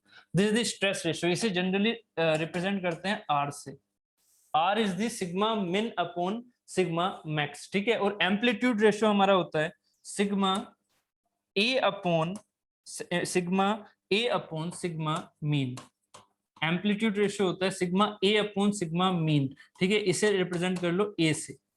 तो sigma mean sigma A upon sigma mean. Sigma ए क्या है मेरा? एम्पलीट्यूड। ठीक है, सिग्मा ए क्या है? Amplitude stress, divided by sigma mean क्या है हमारी? एवरेज स्ट्रेस या मीन स्ट्रेस। ठीक है, तो sigma min upon sigma max हमारा ये वैल्यू होता है स्ट्रेस रेशियो। ठीक है, ये टर्मिनोलॉजी कुछ एक्स्ट्रा में यूज की जाती है और ये हमारी क्वेश्चन में डायरेक्टली यूज भी की जाती है। ठीक है, sigma min upon sigma max. ठीक, तो यहाँ पर ये कुछ चीजें हो गई जो इससे रिलेट कर रही हैं। ठीक है, अब जो मेरी स्ट्रेस साइकिल थी, उन स्ट्रेस साइकिल का आगे वाला पार्ट देखो, क्या कि उन स्ट्रेस साइकिल में ये वाली स्ट्रेस क्या है? जहां पर स्ट्रेस मेरी 0 से पास होके जाए। मतलब अगर आप इस पर एक बार लगा रहे हैं 50 और फिर कर रहे हैं 0, तो 0 होगी, फिर से 50 टेंशन में, फिर 0, फिर 50, फिर 0, फिर 50, फिर 0, तो ये ग्राफ कैसा दिखेगा? ऐसा। ठीक है, 0 से होके जा रहा है, मतलब सिग्मा मिन क्या हो गया यहाँ पर? 0, सिग्मा मैक्स ये हो गया। ठीक है, यहाँ पर ये वैल्यू क्या हो गई मेरी? Sigma mean. एम लिख दूं इसे, सिग्मा मीन या सिग्मा एवरेज। ठीक है, तो रिपीटेड, इसे क्या बोलते हैं हम? Repeated stress. इस रिपीटेड स्ट्रेस में स्ट्रेस रेशियो कितना होगा? इस रिपीटेड स्ट्रेस में स्ट्रेस रेशियो कितना होगा? रिपीटेड स्ट्रेस में स्ट्रेस रेशियो कितना होगा? स्ट्रेस रेशियो की वैल्यू क्या आ जाएगी? सोचो जरा, सिग्मा मिन क्या है यहाँ पर? सिग्मा मिन की वैल्यू कितनी है? सिग्मा मिन की वैल्यू कितनी है? ये रेफरेंस है मेरा, ये सिग्मा मिन की वैल्यू कितनी है? बताओ, अभी मैंने कुछ बोला भी था रिपीटेड स्ट्रेस में, 0। Very good. तो सिग्मा मिन अगर हमारे पास 0 है यहाँ, तो स्ट्रेस रेशियो अभी क्या बोला था? Sigma min upon sigma max. तो अब सिग्मा मैक्स तो कुछ ना कुछ होगा, बट सिग्मा मिन तो 0 होगा ना। Sigma min upon sigma max, so R equal to 0। तो याद रखिएगा, रिपीटेड स्ट्रेस में डायरेक्टली क्वेश्चन आ जाता है, रिपीटेड स्ट्रेस में स्ट्रेस रेशियो कितना होता है? रिपीटेड स्ट्रेस में स्ट्रेस रेशियो होता है 0। ठीक है, बात क्लियर है? ठीक, क्लियर ना? ठीक है, एम्पलीट्यूड रेशियो, एम्पलीट्यूड रेशियो कितना होगा इस केस में? जल्दी से, वेरी गुड अमन। एम्पलीट्यूड रेशियो इस केस में कितना होगा? 0। एम्पलीट्यूड रेशियो का फॉर्मूला याद करो, that is the sigma A upon sigma mean. इसकी वैल्यू कितनी होगी? 1। बहुत बढ़िया, देखो, sigma A upon sigma mean. So sigma A कितना है यहाँ पर? ये वाला या फिर ये वाला, और यही मेरी क्या है यहाँ पर? सिग्मा मीन भी। तो दोनों ही चीज क्या हो गई? बराबर बराबर हो गई, तो एक दूसरे से कैंसिल हो जाएंगी। कितना आ जाएगा? 1। तो ये भी आपका ऑब्जेक्टिव में डायरेक्टली क्वेश्चन आता है कि amplitude ratio for the repeated stress this. हम इस फ्लक्चुएटिंग स्ट्रेस में इनके रिलेशन की डायरेक्ट वैल्यू नहीं बता सकते, इनके रिलेशन की, क्योंकि वो कुछ भी हो सकती है। सिग्मा ए सिग्मा मीन से बहुत छोटा भी हो सकता है, तो नहीं बता सकते क्या वैल्यू है। ऐसे ही हम यहाँ पर ये नहीं बता सकते कि जो हमारे पास सिग्मा मिनिमम आ रही है और सिग्मा मैक्सिमम आ रही है वो कितना रेशियो है। ठीक है, वो नहीं बता सकते, इसलिए यहाँ पर आर और ए डिफाइन नहीं है, बट रिपीटेड में डिफाइन है, इसीलिए हमेशा रिपीटेड का क्वेश्चन मिलेगा आपको। ठीक है, फ्लक्चुएटिंग में बताओ, इसमें भी कुछ फिक्स हो जाएगा चीजें। सॉरी, कंप्लीटली रिवर्स में, कंप्लीटली रिवर्स में क्या होता है? अगर कंप्लीटली रिवर्स बोलूं मैं, तो नाम ध्यान से समझना इसका। मैंने क्या बोला? 50 न्यूटन टेंशन, अब कुछ टाइम के बाद क्या हुआ? 50 न्यूटन का कंप्रेशन। ठीक है, फिर 50 न्यूटन टेंशन, फिर 50 न्यूटन कंप्रेशन। मतलब मैक्सिमम जो मेरा टेंशन में मैग्नीट्यूड है वो भी 50 न्यूटन है, मैक्सिमम मेरा जो कंप्रेशन में मैग्नीट्यूड है वो भी 50 न्यूटन है। दोनों की वैल्यू क्या है? सेम। अगर दोनों की वैल्यू सेम है तो उसका नाम होता है कंप्लीटली रिवर्स स्ट्रेस। ठीक है, अगर वो कंप्लीटली रिवर्स स्ट्रेस है तो यहाँ सिग्मा मैक्स हो गया, यहाँ सिग्मा मिन लिखोगे, बट ये एक्चुअल में क्या है? कंप्रेशन में सिग्मा मैक्स इन कंप्रेशन है या नहीं? क्योंकि ये मेरा टेंशन का मिनिमम नहीं बचा, जैसे अभी फिगर में आया था फिगर में अभी क्या आया था, ये टेंशन का मिनिमम था, कौन सा वाला, ये वाला पार्ट टेंशन का मिनिमम था, ये रहा, क्योंकि ये टेंशन में था पूरा प्लॉट। ठीक है, ये क्या है आपका टेंशन में मैक्सिमम या मिनिमम, जबकि यहाँ पर टेंशन की बात ही नहीं हो रही ना सेकंड साइड में। सेकंड साइड में यहाँ पर हो गया कंप्रेशन वाला, कहाँ गया ये रहा, ये हो गया कंप्रेशन। तो कंप्रेशन में सिग्मा मिन कुछ नहीं है, ये सिग्मा मैक्स ही है इन कंप्रेशन। ठीक है, तो यहाँ जो हम एम्पलीट्यूड रेशियो है या आपके पास ये वाला रेशियो है स्ट्रेस रेशियो, उनमें मैग्नीट्यूड की तो बात करेंगे ना, मैग्नीट्यूड का रेशियो है वो। तो यहाँ पर क्या होगा, आर की वैल्यू क्या होगी, ये क्या है, आर की वैल्यू सिग्मा ए ये हो गया, सिग्मा ए ही ये हो गया। यहाँ सिग्मा मीन क्या है, यहाँ सिग्मा मीन की वैल्यू कितनी होगी बताएंगे, बहुत बढ़िया, सिग्मा मीन की वैल्यू क्या है 0। क्यों, क्योंकि ये रेफरेंस से कितना गया सिग्मा मीन, इसका मीन कहाँ डालोगे, ऐसे डालो, ये हो गया मीन, मीन लाइन इस रेफरेंस लाइन से कितनी जा रही है 0, है ना, तो सिग्मा मीन हो गया हमारा यहाँ 0। ठीक है, अब आर की value sigma min upon sigma max, ये मीन नहीं है ये मिन है, तो sigma min upon sigma max, sigma मिन हमारा सिग्मा मैक्स के बराबर ही है, तो एम्पलीट्यूड में इसको सिग्मा ए लिख दो, इसको सिग्मा ए लिख दो, कितना आ गया ये, है कि नहीं। तो यहाँ R1 है जबकि यहाँ R0 है, तो ध्यान रखना ये रिपीटेड स्ट्रेस है जबकि कंप्लीटली रिवर्स्ड है। ठीक है, उसके बाद ये हमारे ऑब्जेक्टिव क्वेश्चन है डायरेक्टली आने वाले, एम्पलीट्यूड रेशियो क्या हो जाएगा, एम्पलीट्यूड रेशियो कितना हो जाएगा, एम्पलीट्यूड रेशियो इस केस में, एम्पलीट्यूड रेशियो इस केस में कितना होगा 1। क्या है यहाँ पर देखो, एम्पलीट्यूड रेशियो का क्या था formula, sigma A upon sigma mean, है ना, सिग्मा मीन अभी आपने क्या बोला, सिग्मा मीन अभी इनफाइनाइट, बहुत बढ़िया। सिग्मा मीन क्या है यहाँ पर 0, सिग्मा मीन अभी आपने बोला 0 है, जबकि सिग्मा ए कुछ ना कुछ होगा, तो सिग्मा ए अपॉन 0 है ना, कुछ ना कुछ अपॉन 0 क्या कहलाता है। ठीक है, तो इसका जो एम्पलीट्यूड रेशियो होता है वो होता है इनफाइनाइट। प्लीज इस चीज को याद रखना, इसमें कंफ्यूजन होती है अलग अलग बुक्स में, इसलिए जनरली मुझे भी इन चीजों को थोड़ा सा रिवाइज करके देखना पड़ता है जिससे कि थोड़ा इधर उधर ना पढ़ा दूं। क्यों, हमेशा इसमें क्या होता है, एम्पलीट्यूड रेशियो एंड जो आपका स्ट्रेस रेशियो है वो बहुत ही काफी सिमिलर होते हैं सबके लिए, और आपके अलग अलग बुक्स में ये गलत भी लिखे रहते हैं। इसीलिए मैं हमेशा जब भी इस चीज को लेकर चलता हूँ तो पहले मैं उस चीज को पूरा कॉपी देखता हूँ कि हाँ ये वाली चीज यही थी, क्योंकि आपके माइंड में एक बुक की चीजें अलग दिखती हैं, दूसरी बुक की चीजें अलग दिखती हैं। ठीक है, तो ये आपको हमेशा याद रखना है जो मैं ये बोल रहा हूँ।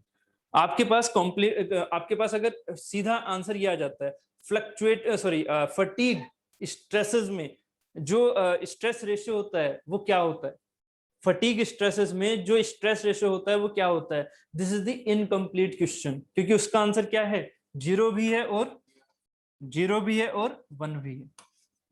ठीक है, अगर सीधा आपने 0 या 1 ले लिया तो गलत है, आप पहले नाम देखोगे, और यही नाम आपके अलग अलग बुक्स में अलग अलग आंसर गलत दे रखे हैं। कहीं पर बोल रखा है कि स्ट्रेस रेशियो इन्फिनिटी है, क्योंकि उन्होंने स्ट्रेस रेशियो किसको लिया, sigma A upon sigma mean को, तो उन्होंने स्ट्रेस रेशियो इन्फिनिटी बोला है। ठीक है, तो ये चीजें गलत हैं, प्लीज इस चीज पर कहीं पर आप बुक्स में जब ऑब्जेक्टिव क्वेश्चन करोगे ना तब आप कंफ्यूज होगे, उन कंफ्यूजन को साइड रखना। आपको फाइनली क्या याद रखना है, ये वाली चीज जो मैंने यहाँ लिखा है ये बिल्कुल बेसिक है, आपके नाम के हिसाब से आंसर होते हैं। ठीक है, ऐसे ही नहीं कि किसी भी एक फटीग लोडिंग का आपने स्ट्रेस रेशियो पूछा तो वो आपने कितना बोल दिया, यहाँ पर 0 बोल दिया, जबकि आंसर में इन्फिनिटी दे रखा है। वो इन्फिनिटी क्या है रियल में है amplitude ratio of the complete reverse stress. उन्हें वो क्वेश्चन कंप्लीट करना पड़ेगा, अगर वो नहीं करेंगे, और आपके प्रीवियस एग्जाम्स में ये गलतियां भी हुई हैं। ठीक है, तो अगर वो आगे होती है तो आप कम से कम बोल सकते हो कि सर ये वाली चीज आपको कंप्लीटली डिफाइन करनी थी क्वेश्चन में। ठीक है, एग्जामिनर से भी, ठीक है, जो एग्जाम सेट कर रहे हैं, क्योंकि इसमें गलतियां होती हैं, इसीलिए मैंने आपको ये चीजें अच्छे से समझाने की कोशिश की। ठीक है, चलो उसके बाद है कॉम्प्लिकेटेड स्ट्रेस साइकिल, ये दिख रही है, ये साइकिल जनरली किसकी होती है, ये जनरली हमारे, अगर इसके एग्जाम्पल्स को देखा जाए तो इसमें एग्जाम्पल्स होते हैं एयरक्राफ्ट। ठीक है, एक्चुअली रियल साइकिल हमारी यही होती है कॉम्प्लिकेटेड। ठीक है, अगर मैं एयरक्राफ्ट विंग्स की बात करूं, ठीक है, जो रियल में लग रही हैं, या मशीन पार्ट्स की बात करूं जो शाफ्ट वगैरह में लग रही हैं, वो ऐसी होती हैं फ्लक्चुएटिंग, इस तरह की हार्टवेट टाइप से, है ना। तो ये जो चीजें हैं ये हमारी इस तरह की रियल में यही होती हैं, हम उनका ही एक थोड़ा सा अजम्पशन, थोड़ा सेंस लेते हुए ये वाली चीजें सोच के चलते हैं। ठीक है, बट रियल में हमेशा वो फ्लक्चुएटिंग होती है इस तरह से। ठीक, क्लियर हो गया? ठीक है, this is the complicated stress cycle. ये रियल में है, चाहे एयरक्राफ्ट में बात कर लो, चाहे आप जो हमारी मशीन शाफ्ट है अगर उसका टरबाइन का शाफ्ट है उसका डिजाइन करोगे तब भी इसी तरह की फ्लक्चुएटिंग स्ट्रेसेस आएंगी। क्लियर? ठीक है, छोटी छोटी चीजें यहाँ से क्लियर हो गई हैं। ठीक है, ठीक है, समझ में आ गया? यस और नो बता दीजिए आप भी। क्लियर हो गया? Yes sir. ठीक है, ओके। वॉइस नहीं आ रही है, वॉइस नहीं आ रही है, ठीक है, ध्यान रखना। चलो, एंड्योरेंस स्ट्रेंथ, ठीक है, आवाज नहीं आ रही है ना? ओके, हाँ, चलो नेक्स्ट हमारे पास से, मैंने एंड्योरेंस स्ट्रेंथ समझा दिया आपको, एंड्योरेंस स्ट्रेंथ क्या होता है, उसकी वर्डिंग हमारे पास ही है। ठीक है, वर्डिंग देख लेते हैं। ओके अमिताभ, वर्डिंग देख लेते हैं। When a design engineer select stress below certain limit called fatigue strength, मतलब जो एंड्योरेंस स्ट्रेंथ मैंने आपको समझाया था, एंड्योरेंस स्ट्रेंथ क्या है, ठीक है, उस एंड्योरेंस लिमिट से अगर पहले पहले मटेरियल पर आप साइक्लिक करेंगे, साइक्लिक मतलब उसको रिवॉल्व कराएंगे, जैसे कि एग्जांपल के तौर पर मैं इस चीज को समझा देता हूं अभी यहाँ से, इस फिगर से, यहाँ से समझ में आ जाएगा और भी अच्छे से। एसन कर्व की बात हम कल करेंगे, एसन कर्व हम आज नहीं कर रहे, पहले हम सोडरबर्ग वगैरह के जो रिलेशन है उसके बारे में बात करेंगे और क्वेश्चन करेंगे। कल हम एसन कर्व करके इस चैप्टर को कंप्लीट कर देंगे। ठीक है, तो ये जो आपने ये वाली चीज सेंस में समझी थी, कौन सी वाली, ये वाली, यहाँ पर ये पॉइंट थे कौन से, ए पॉइंट ऊपर, बी पॉइंट नीचे, है ना? एक बार ये टेंशन में जाएगा, एक बार कंप्रेशन में जाएगा, याद है ना, अभी समझाया भी था। ठीक है, इस पर लोड लगा दो ऐसे डब्लू, ये किस में पहुंच गया, इसमें। ठीक है, अब मैं आपसे क्या कह रहा हूं उस पर ध्यान देना।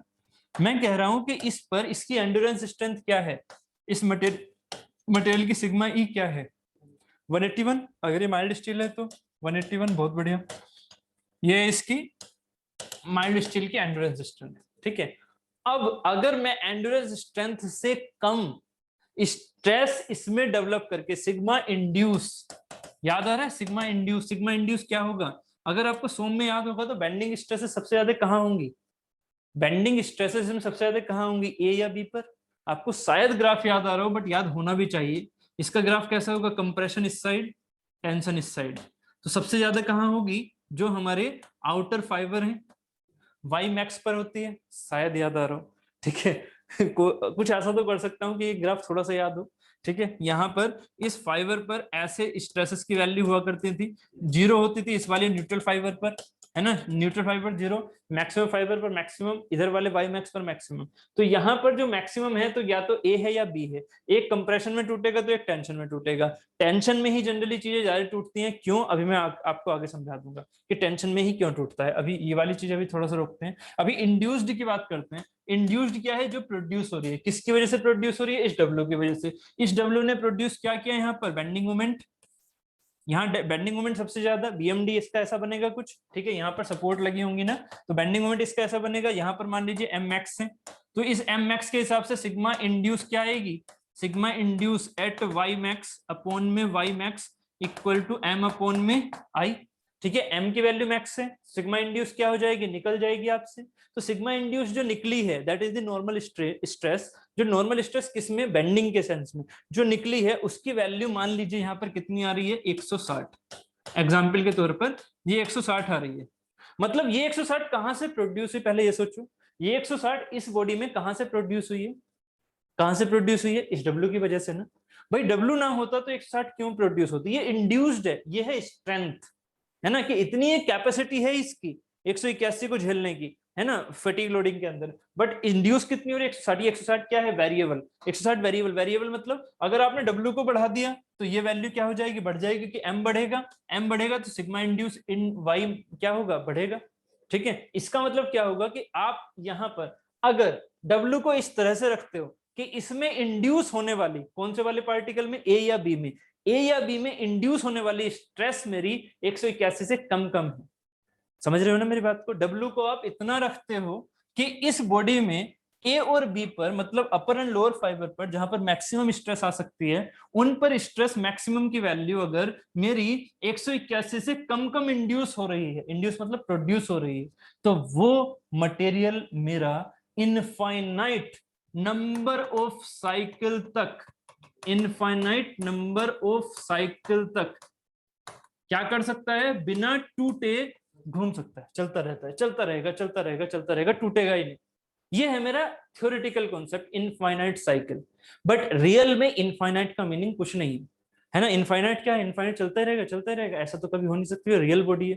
तो इसकी इनफाइनाइट की जो मीनिंग होती है ना, वो ये होती है। यहाँ पर इनफाइनाइट की मीनिंग होती है अराउंड एंड अराउंड 10⁶। 10⁶ इसको क्या बोलते हैं? मिलियन। 10⁶ को मिलियन, 10⁸ को बिलियन, ठीक है, 9 को सॉरी बिलियन, ठीक है। 10⁶ जो है 10 लाख, जिसे मिलियन बोलते हैं, ठीक है। तो 10 लाख के हिसाब से 10 लाख ही तो हो गए,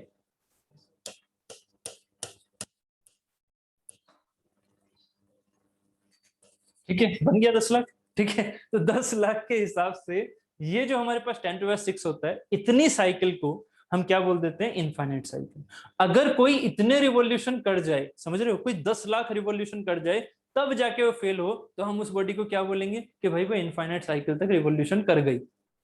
रियल में तो टूटना तो है ही भाई, इसे रियल में टूटेगी, चाहे ये 160 भी हो इसमें, चाहे वो 100 ही क्यों ना हो, टूटेगी तो जरूर, चाहे इसमें 181 कभी भी नहीं पहुंचा हो। पर वो अगर घूमती रहेगी और फोर्स यहाँ पर लग रहा होगा, तो रियल में टूटेगी। तो उसकी जो इनफाइनाइट साइकिल है वो यही कहलाई जाती है। 10⁶, 10⁸, ये बहुत साइकिल हो गई भाई, इतना लाइफ जी गई बहुत है, ठीक है, इतना बहुत है, ठीक है। तो ये जो है, ये हम इनफाइनाइट साइकिल बोलते हैं, जबकि एक्चुअल में कोई इनफाइनाइट वर्ड नहीं है यहाँ पर, बट हम उसका सेंस लेके चलते हैं, इनफाइनाइट नंबर ऑफ साइकिल। तो अब सेंस समझ में आ रहा है कि अगर इसमें मैक्सिमम स्ट्रेस इंड्यूस होने वाली मेरी एंड्योरेंस स्ट्रेंथ से अगर कम है, तो हमारे पास इनफाइनाइट नंबर ऑफ साइकिल उस बॉडी की हो सकती है।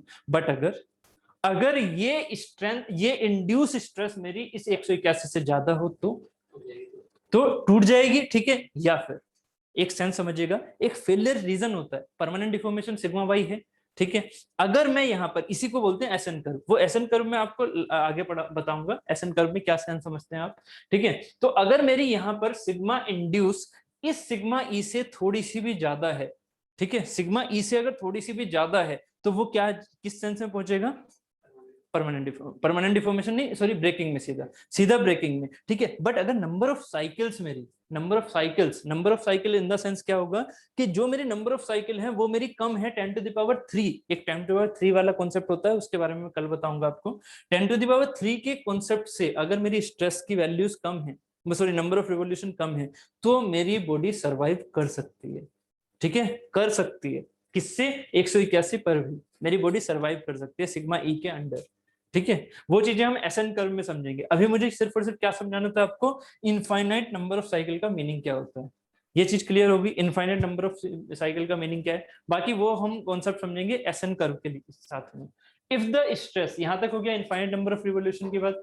अब if the stress produced is slightly greater than endurance strength, देखो ये वाला पॉइंट यहाँ पर लिखा हुआ भी है, if the stress produced is slightly greater than endurance strength of the material, failure occurs. Occur होगा, फेलियर 100% होना है, क्योंकि आपको पता है अगर सिग्मा इंड्यूस मेरा सिग्मा एंड्योरेंस से बढ़ गया है ना, और सिग्मा वाई से क्या है, ये कम है, ठीक है, तो बॉडी 100% टूटनी है और ब्रेकिंग होगी। बट ये क्या है, ये एक फाइनाइट नंबर ऑफ साइकिल्स को लेके चलेगा। फाइनाइट, बहुत ही कम, बहुत ज्यादा नहीं, बहुत कम। जैसे कि 10,000, 1,000, 2,000, 3,000, 10,000, यहाँ तक कुछ चलेगी वो, क्योंकि आपको पता है एक आरपीएम क्या होते हैं, रोटेशन पर मिनट, कितने? 1500। तो 1500 1 मिनट में हो गए, तो 10,000 कितने में होंगे? टूट जाएगा फिर, समझ रहे हो ना। 1,000 मतलब 1 मिनट, 10 मिनट में 10,000 हो गए, खत्म। समझ रहे हो ना इस चीज को। तो ये सेंस हमें लेके चलना होता है कि अगर मैं सिग्मा एंड्योरेंस से ज्यादा भी इंड्यूस हमारी आ रही है, तो वो एक पर्टिकुलर रोटेशन के बाद में टूट जाएगा, ठीक है, तुरंत ही टूट जाएगा ये, और ब्रेकिंग होगी, यील्डिंग नहीं होगी before infinite revolution. Variable load initially crack develops at high stresses. I think ये हमारी बातें होंगी अभी, चलो ठीक है, इसको मैं कर लेता हूँ, बाकी बाद में मैं कंप्रेशन की बात करता हूँ। एक्चुअली मुझे पहले कंप्रेशन समझाना है, बट मैंने ये लाइन लिखी हुई है तो पहले ये कर लेते हैं। Under variable load initial crack develops at highly stresses point. मतलब अगर वेरिएबल लोडिंग लग रही है, तो मैंने क्या कहा कि जो मेरी स्ट्रेस डेवलप हो रही है, मैं इसकी जैसे बात कर रहा था, यहाँ पर ये वाला जो फिगर था, कहाँ गया? आई थिंक आगे मैंने बनाया था वो, इसके ये वाला फिगर, ये वाला फिगर, इसमें कौन सा वाला हाईली स्ट्रेस्ड पॉइंट है? ए एंड बी, ठीक है। ए एंड बी पर वेरिएबल स्ट्रेसेस लग रही हैं, क्यों? क्योंकि कभी ए नीचे पहुंचता है तो उस पर टेंशन हो गया, कभी ऊपर आता है तो कंप्रेशन हो गया। वेरिएबल लोड में हाईली स्ट्रेस्ड पॉइंट मेरे कौन से हैं? ए और बी इस केस में, ठीक है। और जनरली हम यही केस माइंड में लेके चलेंगे रिवॉल्यूशन का, ठीक है। शाफ्ट है क्योंकि रिवॉल्यूशन करेगी ही। Under variable load initial crack develop at highly stresses point, कहां कहां क्रैक डेवलप होने के चांसेस हैं? ए और बी पर, ठीक है। Upper surface and lower surface वाली sense. And it propagates until failure of part occurs, मतलब एक क्रैक प्रोपगेट होगी चाहे वो सबसे ऊपर वाली सरफेस हो चाहे नीचे वाली, और अगर ये सर्कुलर है तो वो ऊपर वाली ही पेरिफेरी है मेरी, ठीक है। तो ऊपर वाली पेरिफेरी में सबसे पहली क्रैक डेवलप होगी, वो क्रैक अंदर की तरफ चलेगी फिर। तो क्रैक कहां से शुरू हुई? जहां पर सबसे ज्यादा स्ट्रेस्ड पॉइंट है, ठीक है। बात क्लियर हो रहा है, ठीक है। उसके बाद दिस फेलियर और separation which cause of failure is in ductile material, क्या होता है? Permanent deformation. यहां क्या हो रहा है? सीधा उस क्रैक की वजह से सीधा क्या हो जाएगा? एकदम ब्रेकिंग, ऐसे। यहां पर ये नहीं होगा कि यील्डिंग होगी, नेकिंग होगी, नेकिंग वेकिंग कुछ नहीं होगा। मैंने आपको याद होगा सोम में समझाया भी था कि अगर ए और बी है तो सबसे पहले कहां पर? ए पर मान लीजिए फेलियर हुआ तो ये पहले ऐसे चलेगा, फिर ये ऐसे जाएगा, तो इधर भी ऐसे ही सिमिलर ऐसे चल रहा होगा, है ना। तो नेकिंग होगी, समझ रहे हो? नेकिंग होगी। यहाँ नेकिंग वाला सेंस ही नहीं है। सीधा क्या हुआ? ए पर क्रैकिंग शुरू हुई, सीधा क्या हुआ? प्रोपगेट हुई, टूट गया, ठीक है। ए पर क्रैकिंग शुरू हुई, सीधी प्रोपगेट हुई, टूट गई। ए और बी पर क्रैकिंग स्टार्ट हो जाएंगी ना, ठीक है। जैसे ही क्रैकिंग होगी टूट जाएगा। ए और बी में से किस पर क्रैकिंग पहले होगी ये अभी मैं बताता हूँ। टेंशन और कंप्रेशन वाला सेंस अभी मैं बता रहा हूँ, बस ये लास्ट और कर लेते हैं। यहां तक बात समझ में आ गई है, ठीक है। कि जैसे ही इसमें क्या होता है, जरा सा भी क्रैक मिला वो तुरंत प्रोपगेट होकर तोड़ देता है, वो यील्डिंग नहीं करता, वो नेकिंग नहीं करता, ठीक है। It is severe problem of for engineers because ductile material, जो मैंने अभी समझाया था थोड़ी देर पहले, ductile material is not given the indication before failure. Before failure permanent deformation में नहीं जाते हैं डक्टाइल मटेरियल, वो सीधे टूट रहे हैं। इसका मतलब क्या होगा कि ये इंजीनियर्स के लिए बहुत ही बड़ा प्रॉब्लम क्रिएट करता है, ठीक है। और यही ब्रिटल फ्रैक्चर इन डक्टाइल मटेरियल की तरह काम करता है। डक्टाइल मटेरियल में क्या हो रहा है? सीधा ब्रिटल फ्रैक्चर, तुरंत ही टूट रहा है। तो ये डक्टाइल मटेरियल कैसे बन के काम कर रहे हैं? अपने एज अ ब्रिटल मटेरियल, ठीक है। डक्टाइल मटेरियल हैं बट किस तरह से एक्ट कर रहे हैं? जैसे कि ब्रिटल मटेरियल एक्ट करते हैं, तुरंत टूट जाना, ठीक है। तो ये सेंस समझ में आ गया, ठीक है। आगे चलें। अब मुझे आपको लेके चलना है कंप्रेशन वाला सेंस। अब मैं आपसे एक क्वेश्चन पूछता हूँ, ठीक है। हाँ, ये वाली चीज। अब मैं आपसे एक क्वेश्चन पूछता हूँ यहाँ पर, इस क्वेश्चन का आंसर देना। मान लीजिए आपके पास एक ये बॉडी है, इस पर आपने 50 न्यूटन लगाया, फिर 100 न्यूटन लगाया, फिर 50 लगाया, फिर 100 लगाया, फिर 50 लगाया, फिर 100 लगाया। समझ रहे हो क्या कर रहे हो आप? टेंशन में इस पर फोर्सेस चेंज करते जा रहे हो। पहले 50 फिर 100 फिर 50 फिर 100 फिर 50, ये है तो सब टेंशन क्लियर। अब एक बात बताओ, यही बॉडी है, सेम बॉडी, इधर से फिक्स कर लो चाहे तो, सेम बॉडी है, इस पर क्या लगा रहे हो? 50 100, फिर 50 फिर 100, फिर 50 फिर 100। समझ रहे हो? आपने इस पर क्या लगाया? कंप्रेशन। पहले 50 लगाया, फिर 50 के बाद 100 बढ़ा दिया, फिर 50 कम कर दिया, फिर 50 100 बढ़ा दिया, है ये कंप्रेशन। बताइए कौन सी चीज पहले टूटेगी? कौन सी चीज पहले टूटेगी? टेंशन वाली, ठीक है। टेंशन वाली, क्यों?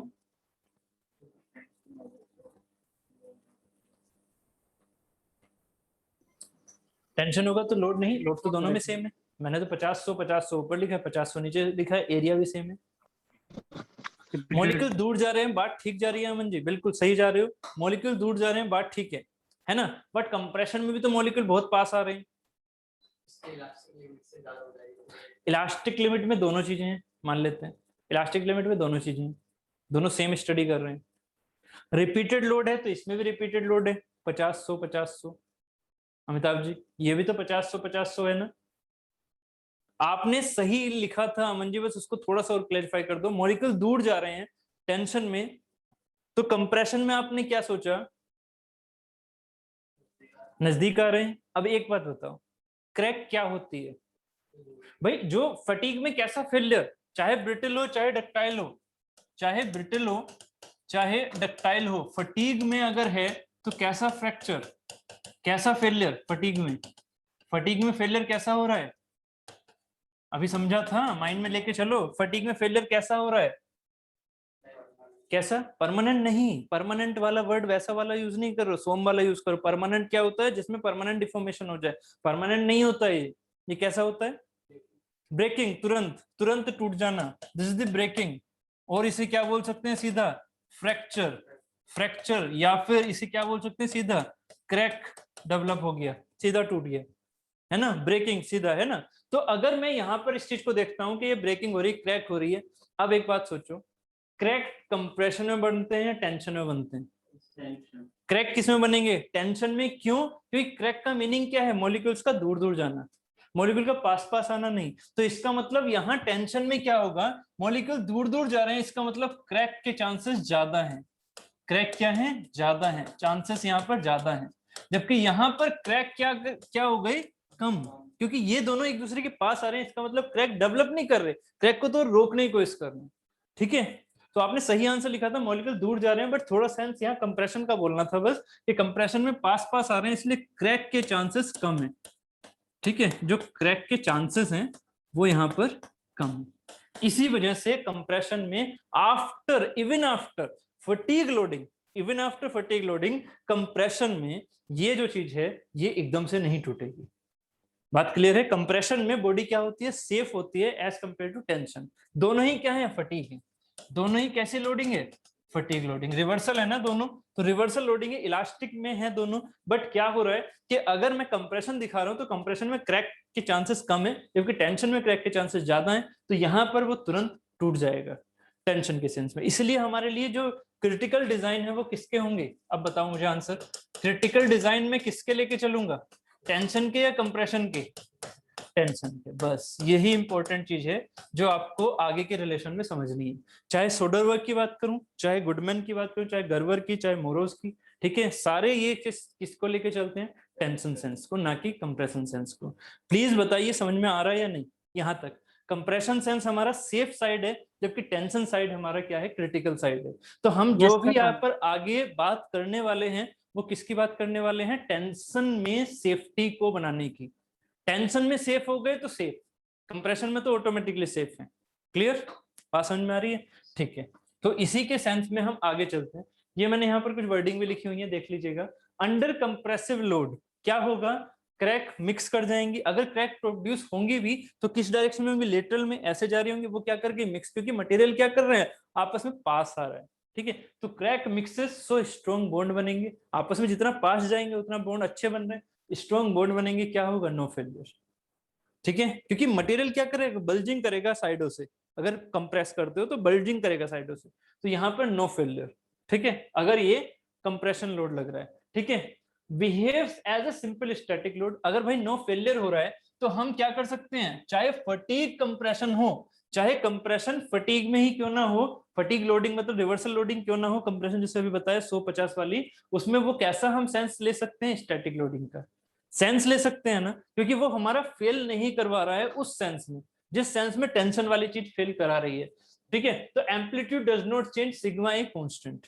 ठीक है, ये हम मान सकते हैं वहां पर। तो यही मैंने सेंस यहां पर लिया हुआ है क्या, कि एक हमारे पास इसका जो मीनिंग है, मीनिंग को समझिएगा। ये जो एक स्ट्रेस साइकिल है, ये साइकिल यहां से भी शुरू हो सकती है ना। ये रेफरेंस ये ले लिया यहां से, इसका रेफरेंस यहां पर भी हो सकता है, ये ले लिया, इसका रेफरेंस ऊपर भी हो सकता है, ये ले लिया। अब एक बात बताइए, मैं इसके रेफरेंस को यहां कहीं लेके चला, कहां? यहां कहीं। ठीक है, क्यों मैं ये लेके चलूंगा? मैं इस साइकिल को क्यों रेफरेंस यहां लेके चल रहा हूं? जिससे कि ये पूरी बॉडी किस में जाए? टेंशन में। याद है ना वो पहला वाला फिगर? मैं टेंशन में लेके चलूंगा ना, क्योंकि मेरा कंप्रेशन में तो सेंस सेम है, कोई दिक्कत नहीं है मुझे, टेंशन में ही दिक्कत है। इसका मतलब मैंने क्या लिया? मैंने एक सिग्मा मीन को ले लिया। सिग्मा मीन को, ये सिग्मा मीन हो गई यहां से यहां तक की कुछ value, this is sigma mean. ठीक है, and this is the sigma A. अब ये जो सिग्मा ए है उसमें हमारे पास दोनों अगर टेंशन वाला सेंस है, तो ये जो सिग्मा ए है ये वाली चीज ऐसी प्लस सिग्मा मीन ये, समझ में आ रही? ये साइकिल मैं कहां लेके चला? सिग्मा मीन के चारों तरफ। बात ठीक है, सिग्मा मीन के चारों तरफ मैंने इन दोनों को ऐड करके, यही तो बन सकता है ना, यहां से लेके अगर लेके चल रहा हूं तो दोनों को ऐड किया, ऐसा बन के आ गया। ये चीज क्लियर है? ठीक है, तो अब मैं यहां पर ये चीज लेके चल रहा हूं, ये दो रेशोज हैं। ठीक है, इन रेशोज के बारे में अभी थोड़ा सा बात करेंगे, पहले आप ए और एम के बारे में बात करो। ए और एम के बारे में, sigma mean and sigma average amplitude के बारे में, ठीक है, sigma mean and sigma amplitude के बारे में, ठीक है। आप सोचिएगा जरा, अगर मैं यहाँ पर कंप्रेशन की बात करूंगा, कंप्रेशन की, ठीक है, तो कंप्रेशन सेंस में जो मेरा सिग्मा ए है, जो मेरा सिग्मा ए है वो कांस्टेंट है या नहीं है, क्योंकि मैंने क्या लिया हुआ है कंप्रेशन सेंस में, उसे लिया हुआ है स्टैटिक, और स्टैटिक का सिग्मा ए क्या होगा, कांस्टेंट है कि नहीं, क्योंकि उसमें साइकिल ऐसे जा ही नहीं रही है, ठीक है। स्टैटिक क्या होता है, कांस्टेंट, तो सिग्मा ए कंप्रेशन का क्या हो गया, constant with respect to mean, है ना। मीन लाइन ये वाली ले ली, ए लाइन ये वाली ले ली, तो सिग्मा ए जो कांस्टेंट है, ये यहाँ पर भी स्टैटिक मान लिया ना हमने कंप्रेशन को, तो कंप्रेशन में amplitude does not change, so sigma a constant, ठीक है, तो सिग्मा ए कांस्टेंट हो गया, ठीक है। सिग्मा मीन हमारे लिए क्या है, एक पर्टिकुलर लाइन, कहाँ गई वो, ये वाली, सिग्मा मीन एक पर्टिकुलर लाइन है, उसकी वैल्यू मैं इस साइड लिख के चल रहा हूँ, ठीक है। तो यहाँ पर सिग्मा ए हमारा कांस्टेंट है in the sense of compression, but आगे जो ये वाली चीज मैंने लाइन लिखी है ऐसे जो जा रही है, वो चीज क्या होगी अब बताइए, वो होगी टेंशन की, ठीक है। इसीलिए मैंने यहाँ कुछ लिखा नहीं था, जिससे कि आप खुद समझ सको। अगर मैं यहाँ सिर्फ और सिर्फ कंप्रेशन सेंस को लेके चला तो वो सीधा सीधा दिखाएगा लाइन, ठीक है। बट हमारे लिए क्या है, फटीग में किसकी स्टडी करेंगे हम, टेंशन की। तो यहाँ कंप्रेशन सेंस क्या है मेरा, कंप्रेशन सेंस है मेरा सेफ, ठीक है। टेंशन सेंस में मेरा क्या जा रहा है, एक तरह से फेलियर वाली चीज। यहाँ जो टेंशन सेंस है वो यहाँ डिक्रीज हो रहा है, यहाँ डिक्रीज हो रहा है with respect to sigma M, ठीक है। टेंशन के सेंस में जो आगे की तरफ सिग्मा एम लेके चल रहे हैं, सिग्मा ए ये रहा, सिग्मा ए क्या हो रहा है, डिक्रीज। किस सेंस में जरा सोचो, अगर मैं मीन स्ट्रेंथ से बहुत ज्यादा ले लूं तो सिग्मा ए मेरा क्या होगा, कम। इसको फील करो जरा, थोड़ा इसको फील करो। आपने क्या कहा, आपने ये दो फिगर जो मैंने यहाँ पर बनाई इसको जरा समझो तो सही। सिग्मा मीन अगर मैं बहुत ज्यादा ले लूं, मतलब बॉडी के अंदर आपने स्ट्रेस कितनी दी है टेंशन में, मान लीजिए 200 न्यूटन, तो 200 न्यूटन के आसपास आप अगर थोड़ा सा भी फ्लक्चुएट करोगे तो वो बॉडी जल्दी टूटेगी या देर से टूटेगी, जल्दी टूटेगी। इसका मतलब क्या होगा, सिग्मा मीन अगर ज्यादा होगा, सिग्मा मीन अगर उस बॉडी में ज्यादा होगा तो कम ए पर ही वो बॉडी टूट जाएगी या नहीं। प्लीज आप भी बताइए जल्दी से।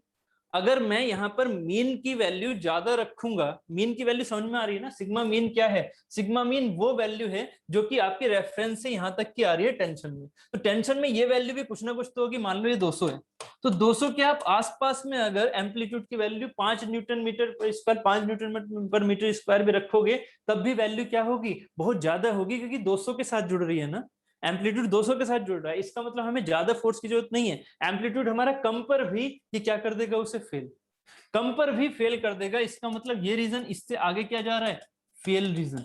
ये शायद मैं लिखा हुआ है, देखो वहां पर कंप्रेशन हटा दूंगा क्योंकि वो सेफ है, ठीक है। फिर टेंशन का ही फिगर बनेगा। अभी मैंने क्या दिखाया यहाँ पर, ये वाली चीज, इसके आगे फेल है। अब एक बात बताओ, अगर आपको सिग्मा मीन कम मिला है, सिग्मा मीन कम मिला है मतलब आपने यहाँ पर 200 न्यूटन पर मीटर स्क्वायर के आसपास नहीं, आपने कितना रखा है, 5 मीटर पर मीटर स्क्वायर के आसपास, 5 न्यूटन। तो 5 न्यूटन पर मीटर स्क्वायर क्या है, मेरी मीन स्ट्रेस है, उसके आसपास आप इसको फ्लक्चुएट करो। मतलब 5 के आगे किधर की ओर लेके जाओ, 7 की तरफ लेके जाओ, 5 से 7 ले गए और 5 से फिर 3 ले आए, ठीक है। टेंशन में ही 7 ले गए और 3 ले आओ, फिर 7 ले जाओ, फिर 3 ले आओ, फिर 7 ले जाओ, फिर 3 ले आओ। क्या ये बॉडी टूटेगी, क्या ये बॉडी टूटेगी, सोच के चलो।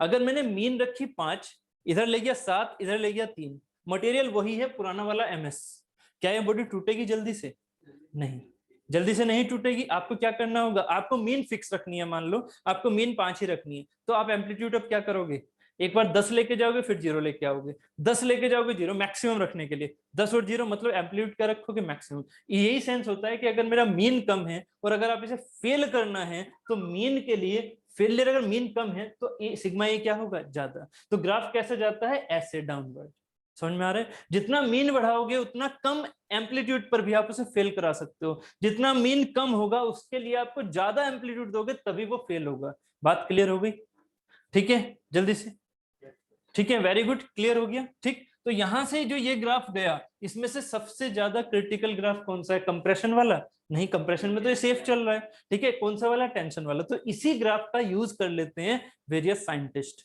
तो ये जो ग्राफ है मैंने वो यहाँ अलग से प्लॉट किया, जिसमें एक साइड क्या है मेरी, सिग्मा ए की एम्पलीट्यूड स्ट्रेस, और एक साइड क्या है मेरी, मीन स्ट्रेस, ठीक है, मीन स्ट्रेस। तो एक साइड सिग्मा मीन, एक साइड सिग्मा ए, ठीक है। इस सिग्मा ए में ये वाली चीज क्या है, मेरी एंडोरेंस स्ट्रेंथ, ठीक है, ये हो गई मेरी सिग्मा ई, ठीक है, और ये हो गई सिग्मा वाई। अगर इसको प्लॉट करोगे तो इसको हम बोलते हैं सोडरबर्ग लाइन। अब मैं आपको आगे अलग अलग चीजें बताऊंगा। मैंने ये समझा है कि सोडरबर्ग ने निकाला कहां से ये चीजें, समझ में आ गया है ना सभी को। सोडरबर्ग ने या किसी भी साइंटिस्ट ने ये चीजें कहां से निकाली, वो कंप्रेशन एंड टेंशन वाला साइंस समझ में आ गया, ठीक है। टेंशन में ही बॉडी जल्दी से टूटेगी, कंप्रेशन में वो सेफ है क्योंकि क्रैक हमारी टूटेंगी नहीं, करेंगे, क्रिएट नहीं होंगी, ठीक है। तो ये जो सेंस है, अब इसको मैं सोडरबर्ग के सेंस में आगे लेके चलता हूँ। ये है हमारा सोडरबर्ग लाइन, इसी के बेसिस पर, ठीक है। ये छोटी सी यहाँ पर मिस्टेक हो गई है, और ये अच्छा मिट तो रहा है, बहुत बढ़िया। एक सेकंड रुकिएगा, ये चीज है, इसको मेरे बस यहाँ से उठा के इस हेडिंग को कहाँ रखना है, यहाँ पर,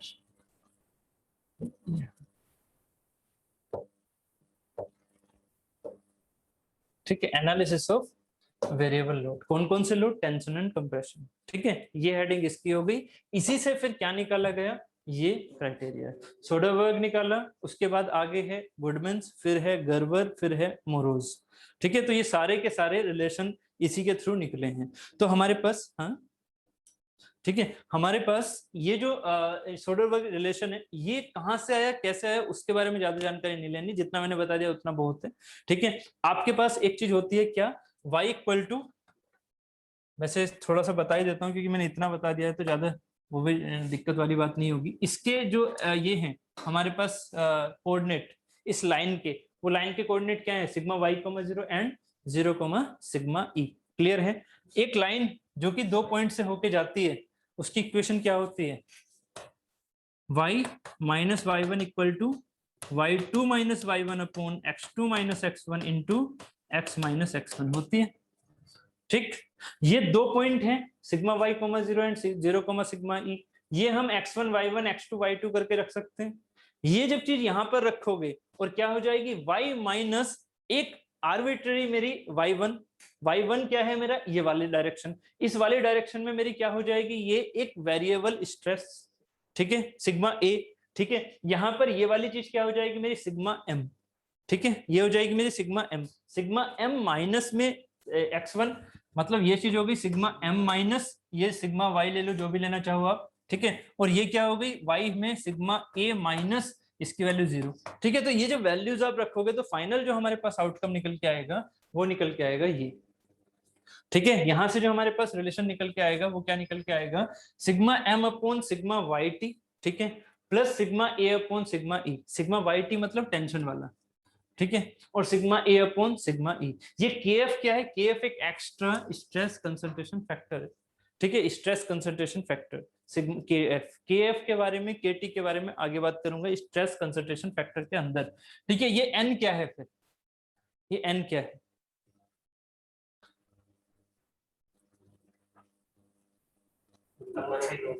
number of, this is the factor of safety. अच्छा एक चीज बताओ, आपको एक चीज बताओ, ये चीज याद है, और थोड़ा सा इजी वे में समझा देता हूँ इस वाली इक्वेशन को। ये एक लाइन है, ये यहाँ पर कट कर रही है ए में, यहाँ पर कट कर रही है बी में, याद आ रहा है। तो इसकी लाइन की इक्वेशन क्या हुआ करती थी, याद है, x upon A plus y upon B equal to 1। कुछ याद आ रहा हो तो बताओ, है ना। ये 9th की बात है, 8th 9th की। ये जितना कट करे x upon A plus y upon B equal to 1, ये यहां से भी है और ये यहां से भी यही निकल के आएगा जब वैल्यूज रखोगे इनकी। तो a क्या है मेरा, a क्या है मेरा, सिग्मा y, भाई यहां से यहां तक ये सिग्मा y कट हो रहा है, यील्ड वाला स्ट्रेंथ सिग्मा y कट हो रहा है, यहां से यहां तक कितना कट हो रहा है, सिग्मा e, ठीक है। तो b क्या है मेरा, सिग्मा e। तो क्या कर सकते हो, x क्या है मेरा, sigma m, so sigma m upon x upon a कितना है, सिग्मा y, प्लस y कितना है मेरे पास, सिग्मा a, ये है y मतलब वेरिएबल, इधर वेरिएबल क्या है, सिग्मा एम, एम को ही तो बढ़ाया था ना मैंने यहाँ पर। मैं यील्डिंग को बढ़ा सकता हूँ क्या किसी मटेरियल की, नहीं ना, यील्डिंग स्ट्रेंथ तो फिक्स है 250 माइल्ड स्टील के लिए, बट उसमें सिग्मा एम तो चेंज कर सकते हो ना आप, ये तो इंड्यूस्ड है ना। ऐसे यहाँ जो एम्पलीट्यूड है वो भी इंड्यूस्ड ना आप दे रहे हो, बट एंड्योरेंस स्ट्रेंथ को तो नहीं चेंज कर सकते हो। ठीक है, तो ये चीज सिग्मा ई है, ये सिग्मा ए है। तो सिग्मा ए क्या है मेरा, वाई, जो कि वेरी कर रहा है, वेरी कितना कर रहा है, सिग्मा ए, अपोन में कितनी हमारे पास ये बी की वैल्यू आ रही है, सिग्मा ई, बराबर क्या हो गया वो। तो ये लाइन बन गई या नहीं बन गई जो मैंने वहां लिखी हुई है, क्लियर है। ठीक है, ये लाइन हमारी ये बन गई। बस इसमें क्या किया है, जो वन आया है वन के नीचे एफ ले लिया, क्योंकि ये बॉडी के लिए हम एफ तो लेके चलेंगे। आपसे जो क्वेश्चन पूछा जाता है फैक्टर सेफ्टी लेके चलेंगे, आपसे क्वेश्चन पूछा जाता है सोडरबर्ग की हेल्प से एफ निकालो। ठीक है, तो एफ कहां से निकलेगा, ये रहा 1/f, ये एन है मेरा एफ। ठीक है, तो यहाँ ये समझ में आ रहा है। ये जो हम सोडरबर्ग इक्वेशन लेते हैं, ये किसके लिए लेते हैं, कुछ कुछ क्वेश्चन है जो डायरेक्टली आपसे पूछे जाते हैं, ये ले लिया जाता है डक्टाइल मटेरियल। डक्टाइल मटेरियल में क्यों, क्योंकि यहाँ हम यूज कर रहे हैं सिग्मा वाई। जैसे ही वर्ड में आ जाता है यूज वाई, इसका मतलब है वो डक्टाइल मटेरियल के लिए लिया गया। सिग्मा वाई का मतलब क्या हुआ, मैक्सिमम यील्ड स्ट्रेंथ। ठीक है, maximum yield strength, mean stress मेरी कहां तक जा सकती है, समझो ना, इस लैंग्वेज को समझो। मीन स्ट्रेस मेरी कहां तक जा सकती है, यील्ड स्ट्रेंथ तक, और एम्पलीट्यूड मेरा कहां तक जा सकता है, एंड्योरेंस स्ट्रेंथ तक। ठीक है, मीन स्ट्रेंथ कहां तक जा सकती है, यील्ड स्ट्रेंथ, क्योंकि मीन स्ट्रेस क्या है, मीन स्ट्रेस है मेरी स्टैटिक, समझो ना इस चीज को, मीन स्ट्रेस क्या है मेरी स्टैटिक, जबकि ये वाली चीज क्या है मेरी फ्लक्चुएटिंग। तो फ्लक्चुएटिंग से कौन सी स्ट्रेंथ रहती है, फ्लक्चुएटिंग से स्ट्रेंथ कौन सी ली जाती है, एंड्योरेंस, तो इससे रिलेट कौन सी करेगी, सिग्मा ई कर रही है। ठीक है, इससे रिलेट कौन सा करेगा, स्टैटिक से सिग्मा वाई करेगा, है ना, बात समझ में आ रही है। ठीक है, बस इसीलिए हमने ये लिया। ठीक, अब आगे ये चीज क्या है, यूज्ड व्हेन, ये जो प्रिंसिपल है सोडरबर्ग का, ये हम कब यूज करते हैं, used when only one type of fluctuating load is acting. कौन सा, या तो उस पर ट्विस्टिंग अकेला लगा हो फ्लक्चुएटिंग में, ट्विस्टिंग मोमेंट अकेला फ्लक्चुएटिंग में लगा हो, या फिर बेंडिंग मोमेंट अकेला फ्लक्चुएटिंग में लगा हो, या फिर एक्सियल लोड अकेला फ्लक्चुएटिंग में लगा हो। मैंने एग्जांपल हमेशा आपको बेंडिंग मोमेंट का भी दिया, थोड़ा सा वो जब स्ट्रेस को समझाया ऐसे, या फिर एक्सियल लोड के भी दिए, ट्विस्टिंग के नहीं दिए, कोई बात नहीं। ठीक है, वो समझ में आ रहा होगा आपको। ठीक है, तो हमारे पास ये जो सोडरबर्ग है, इसके साथ ये भी क्वेश्चन आ सकता है, सोडरबर्ग किसके लिए यूज किया जा रहा है, जब ये फॉर्मूला हमारा फ्लक्चुएटिंग या ट्विस्टिंग या एक्सियल के इंडिविजुअल के लिए लग रहा हो। बट अगर इसमें बहुत सारी चीजें एक साथ लग रही हैं, बॉडी पर तो बहुत सारी चीजें लग सकती है।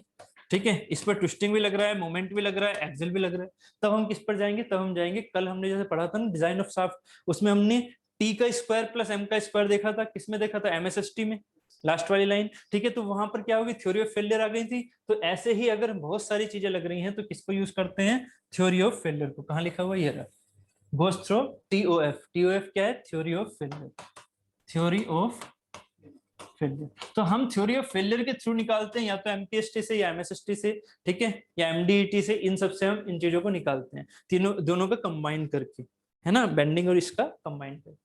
ठीक है, उसके बाद एक ये नई लाइन है।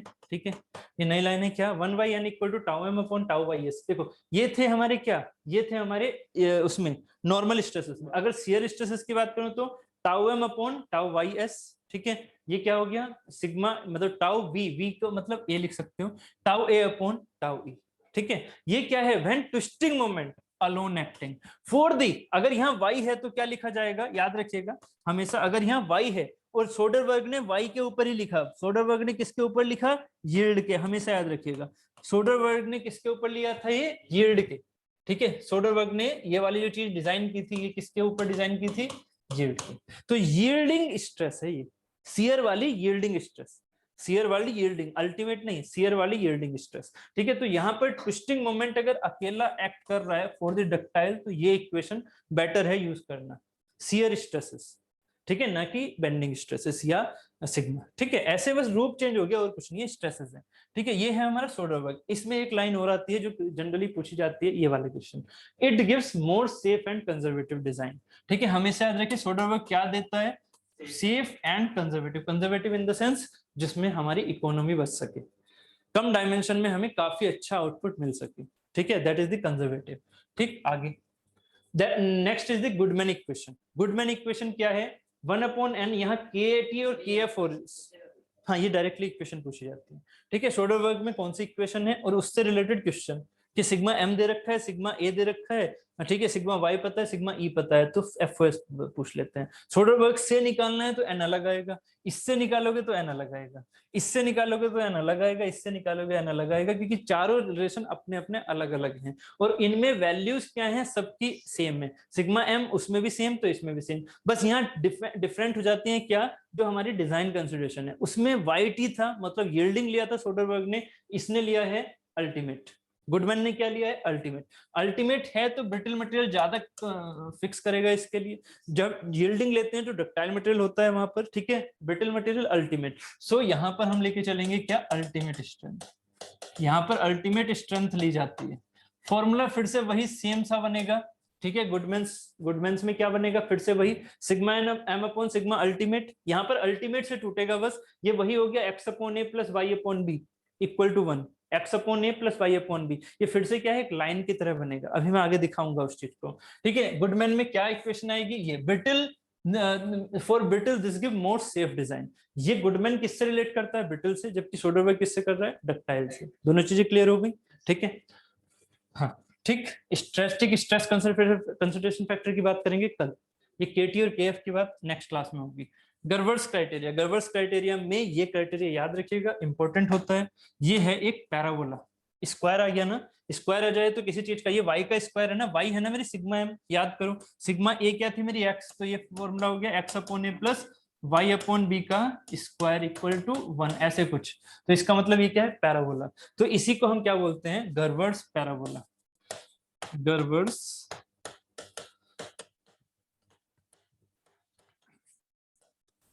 Sorry गर्वर्स parabola. ये इक्वेशन किसकी है, गर्वर्स पैराबोला। इसमें n कैसे निकालोगे, ये रहे n 1/n मत कर देना, गलती कर दोगे। n क्या है, इसके साथ मल्टीप्लिकेशन में है, ठीक है, बट इसके साथ स्क्वायर में n की वैल्यू 2 आएंगी समझ में आ रहा है ना। यहाँ पर n का स्क्वायर है, होल का स्क्वायर, यहाँ n ये रहा, तो गर्वर्स पैराबोला इस तरह से याद रखना, 1/n में याद मत रखना, गड़बड़ कर दोगे, ठीक है। उसके बाद है मोरोस क्राइटेरिया। मोरोस क्राइटेरिया में क्या होता है, फ्रैक्चर ट्रू वाली, true stress of the fracture, ठीक है, वो वैल्यू ली जा रही है। सिग्मा ए क्या हो गया, वही पुराना फिर से x upon A plus y upon B equal to 1। यहाँ पर क्या लिख सकते हैं, n, यहाँ पर ये एफ हो गया, ठीक है, इक्वल टू 1। तो b क्या है यहाँ, सिग्मा फ्रैक्चर ट्रू। तो मोरोज में याद रखना, यहाँ पर सिर्फ सिग्मा फ्रैक्चर ट्रू आती है, ठीक है। अब इन सब चीजों को एक साथ प्लॉट करना सीखिए, एक साथ कैसे प्लॉट होगा, ये रहा। हमने क्या क्या लिया था आपको याद है ना, एक्स वाई, एक्स ये हो गया, वाई ये हो गया, ठीक है, X upon A plus Y upon B equal to 1, ये क्या है, लाइन के इक्वेशन, ठीक है। अब हमने यहाँ पर ये प्लॉट किया। सिग्मा एम क्या है, वेरिएबल। वो सिग्मा एम की वैल्यू क्या क्या हो सकती है, डक्टाइल के लिए हम सिग्मा यील्ड लेके चले, ब्रिटल के लिए सिग्मा अल्टीमेट लेके चले, ठीक है, और सिग्मा एफ ट्रू के लिए लेके चले। मान लीजिए माइल्ड स्टील है, ठीक है, ठीक है, तो यहाँ पर माइल्ड स्टील के लिए क्या होगा, सिग्मा वाई को यूज करेंगे, ठीक है। चलो इस साइड में क्या है, ये सिग्मा एम हो गया एक्स डायरेक्शन वाला, इस साइड में क्या है, एम्पलीट्यूड स्ट्रेस सिग्मा ए।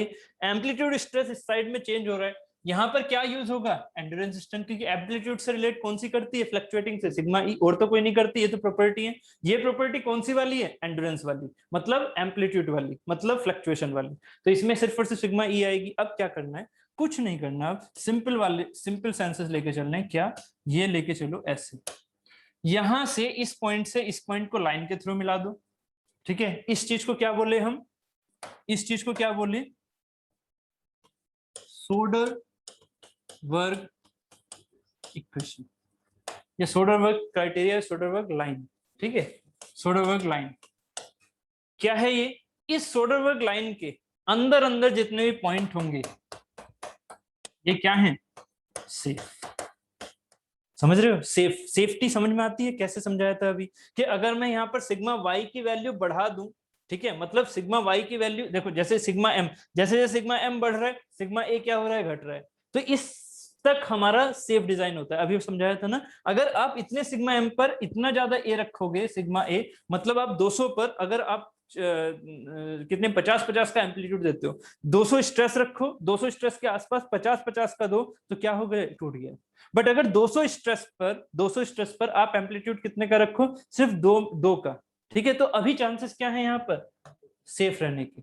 सेफ रहने के। बट अगर इसी 200 पर आप अगर 50-50 का एम्पलीट्यूड रखोगे तो किस में पहुंच गया वो, फेलियर में। इसी को बोलते हैं फेलियर जोन, इसको बोलते हैं सेफ जोन। तो इस लाइन से नीचे नीचे अगर हमारे पास ये चीज है तो ये सेफ जोन कहलाता है। तो इसी को हम बोलते हैं सोडरबर्ग लाइन। सोडरबर्ग ने किस चीज को डील किया था, याद है, डक्टाइल को। तो सिग्मा वाई और सिग्मा ई को जोड़ेगा, है ना, और लाइन से जोड़ रहा है, ठीक है। ऐसे ही दूसरा क्या था, गुडमैन्स लाइन। तो गुडमैन्स क्या होगा, गुडमैन्स हमारा ब्रिटल को जोड़ रहा था, तो ब्रिटल में सिग्मा अल्टीमेट आएगी, कहां से आएगी, सिग्मा ई से, ठीक है। ये क्या हो गई, ये हो गई मेरी गुडमैन्स लाइन। समझ में आ रहा है ना, दिस इज द गुडमैन्स लाइन या गुडमैन्स क्राइटेरिया। तो अब सेफ डिजाइन क्या हो गया, ब्रिटल मटेरियल का सेफ डिजाइन थोड़ा और ज्यादा बढ़ गया। ये पॉइंट यहाँ पर तो सेफ थे ही, क्योंकि इसके नीचे नीचे रहेंगे ना सेफ, ये पॉइंट यहाँ पर तो सेफ थे ही, ये पॉइंट हमारे इस जगह भी सेफ हो गए, तो सेफ एरिया बढ़ जाता है, गुडमैन का सेफ एरिया बढ़ गया, ठीक है। अब आ जाता है गर्वर्स पैराबोला। ये जो गर्वर्स पैराबोला है इसमें हमने क्या लिया है, अल्टीमेट। अल्टीमेट ये याद रखिएगा, यहाँ अल्टीमेट है, अल्टीमेट है और ये पैराबोला है। तो पैराबोला और अल्टीमेट जाता हुआ ये कैसे जाएगा, इस चीज को यहाँ पर हम देख लेते हैं इस कलर से। सिग्मा ई से जा रहा है उसमें और सिग्मा अल्टीमेट से जा रहा है। दोनों पॉइंट याद है ना, अभी जो इक्वेशन दिखाई थी, पैराबोला पैराबोलिक बनाना, ये चीज। तो अब आप समझ रहे हो, जो फेलियर पॉइंट हमारे सोडरबर्ग से थे वो भी अगर हम गर्वर से लेके जाएं तो वो हमारे सेफ लिमिट के अंदर आ जाते हैं, क्योंकि इसके नीचे वाली सेफ लिमिट हो गई ये वाली, इसके नीचे वाली सेफ लिमिट क्या हो गई, ये सारी, ठीक है। ये सारी की सारी क्या है, गर्वर्स की सेफ लिमिट। तो सबसे ज्यादा सेफ लिमिट वाला हमारे पास कौन सा आ गया, ये गर्वर्स पैराबोला। तो सबसे ज्यादा कंजर्वेटिव, सबसे ज्यादा हमारे लिए सेफ डिजाइन किसका है, सबसे ज्यादा सेफ डिजाइन किसका है, सोचो जरा, सबसे ज्यादा सेफ डिजाइन किसका है। अब देखते हैं कौन बताता है, सबसे ज्यादा सेफ डिजाइन किसका है, बताओ, सेफ डिजाइन कौन सा, गर्वर्स, गर्वर्स सबसे ज्यादा सेफ, सबसे ज्यादा सेफ, ठीक है, सबसे ज्यादा सेफ।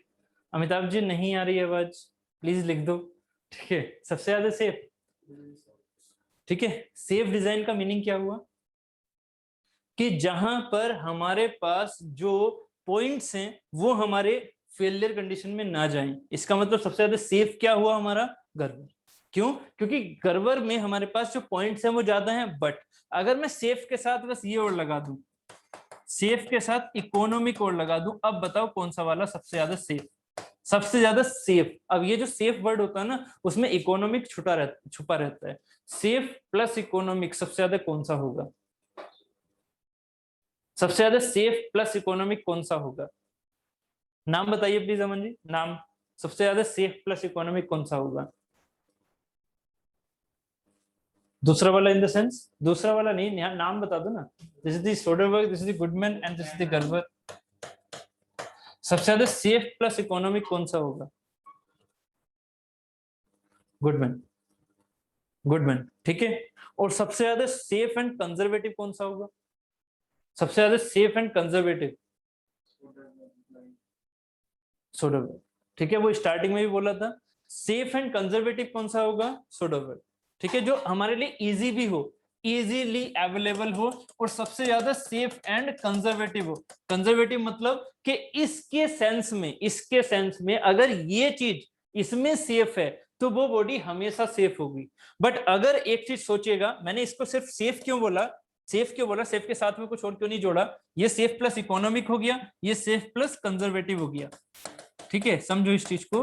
अगर मैं आपसे कहता हूं, अब मैं आपसे एक चीज कहता हूं, सेफ डिजाइन है सिर्फ, तो ये हो गया, ठीक है। बट यहाँ चांसेस क्या है कि ये सेफ तो है, ठीक है, बट हो सकता है कि इन पॉइंट की जब स्टडी कर रहे हो तो ये पॉइंट इसके लिए, और डिजाइन किसके बेसिस पर हो रहा है, इसके बेसिस पर, या फिर गर्वर्स के बेसिस पर। अगर अल्टीमेट की बात करें तो कुछ पॉइंट ऐसे हैं जो गर्वर ने यहाँ पर ले तो लिए, बट वो हो सकता है कि रियल में वो फेलियर हो सकता है उस पर गुडमैन का बेस्ट जा रहा हो, उस पर्टिकुलर क्राइटेरिया के अंदर गुडमैन का क्राइटेरिया बेस्ट जा रहा हो, तो उसके सेंस में गर्वर से अगर एनालिसिस करेंगे तो क्या होगा, एक एक्स्ट्रा फेलियर पॉइंट हमारे उसके अंदर आ गए, फेलियर पॉइंट एक्स्ट्रा उसके अंदर आ गए। क्लियर हो रहा है, ठीक है। तो यही जो हमारे पास पॉइंट है कि गर्वर्स में क्या है, सिर्फ और सिर्फ सेफ्टी है, ठीक है, जबकि इकोनॉमी किसमें है, गुडमैन में, और कंजर्वेशन किसमें है, कंजर्वेटिव जो नेचर है वो किसमें मिल रहा है हमें, सोडरबर्ग में। मतलब सोडरबर्ग में क्या हो रहा है कि अगर सोडरबर्ग में कोई चीज सेफ है तो हर चीज में सेफ है, गर्बर में अगर कोई चीज सेफ है तो हो सकता है वो सोडरबर्ग की वजह से सही क्राइटेरिया हो, सोडरबर्ग उसके लिए लगा दिया हमने गर्बर तो वो गड़बड़ ही हो गया। ठीक है, बात समझ में आ रही है ना, ठीक, समझ में आ रहा है, ठीक, तो बस ये चीज रखनी है। ठीक है, तो ये था हमारा sigma A and sigma M का कॉन्सेप्ट। ठीक है, ठीक, यहां तक अगर क्लियर हो गया है, ठीक है, तो अब इस क्वेश्चन को भेजिए। ठीक है, यहां तक क्लियर है तो अब इस क्वेश्चन को भेजिए। सबसे पहला एकदम बेसिक क्वेश्चन है जो शुरू में मैंने छोटी छोटी चीजें समझाई थी। कौन सी, स्ट्रेस रेशियो, हाँ क्या क्या निकालना है यहाँ पर क्या क्या निकालना है, determine FOS, factor of safety बोला ना मैंने अभी, फैक्टर ऑफ सेफ्टी वाले फॉर्मूले बता दिए मैंने आपको। ठीक है, बाय यूजिंग, फर्स्ट है सोडरबर्ग, सेकंड है गुडमैन, थर्ड है गर्बर,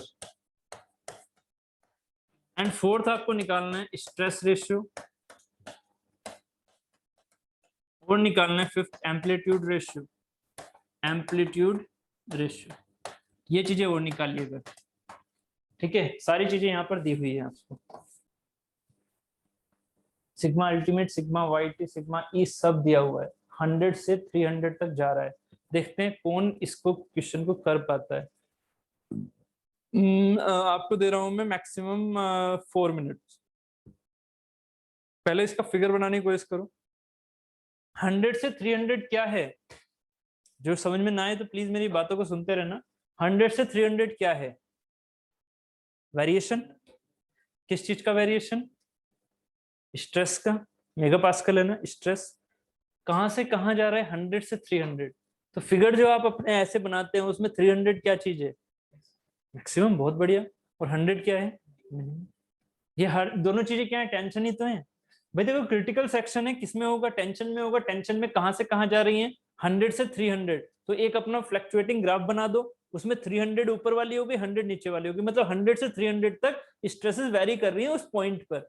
ये पॉइंट का तो ग्राफ होता है ना इतना बड़ा। ये बात क्लियर हुई मनीष जी, नहीं आगे समझ में,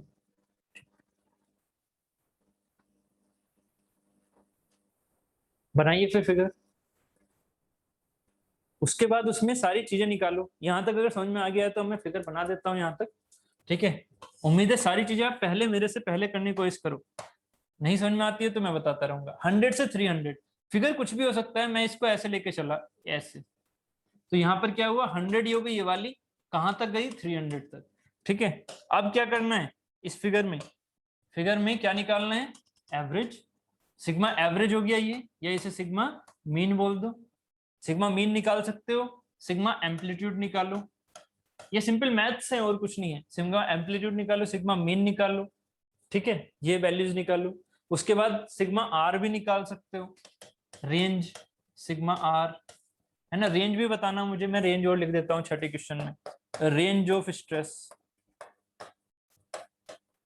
देखते हैं रेंज की वैल्यू क्या बोलते हो, सिग्मा आर। उसके बाद और क्या है, stress amplitude, amplitude sorry amplitude ratio and stress ratio, ये भी आपको निकालना है इसमें। ठीक है, ये है टाइम वाला ग्राफ, ये सिग्मा एम वाला ग्राफ नहीं है, पता लगा सिग्मा एम इधर को लेगा, वो सिग्मा ए इधर को लेगा ना, ये टाइम है इधर, और इधर क्या है, सिग्मा ए नहीं है इधर, इधर क्या है सिग्मा। ठीक है, कौन सा वाला, सिग्मा वेरिएबल, सिग्मा वेरिएबल जो वेरी कर रहा है ना। सिग्मा ए क्या है, सिर्फ और सिर्फ ये वाला एम्पलीट्यूड।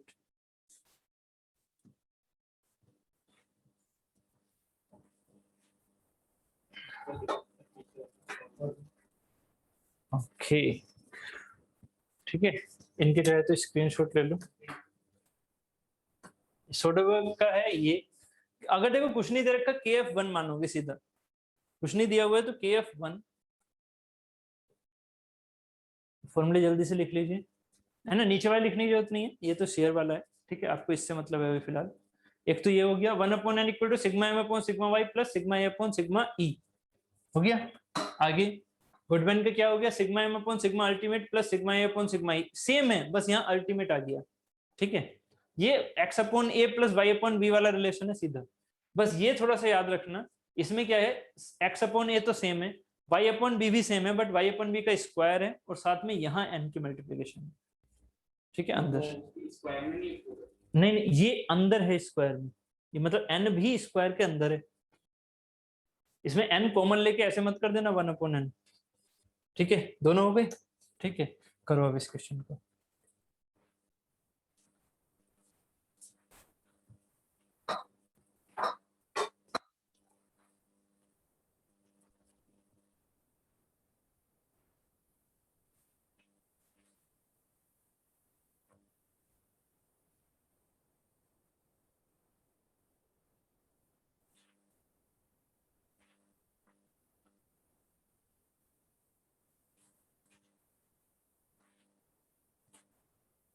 हो रहा है ना?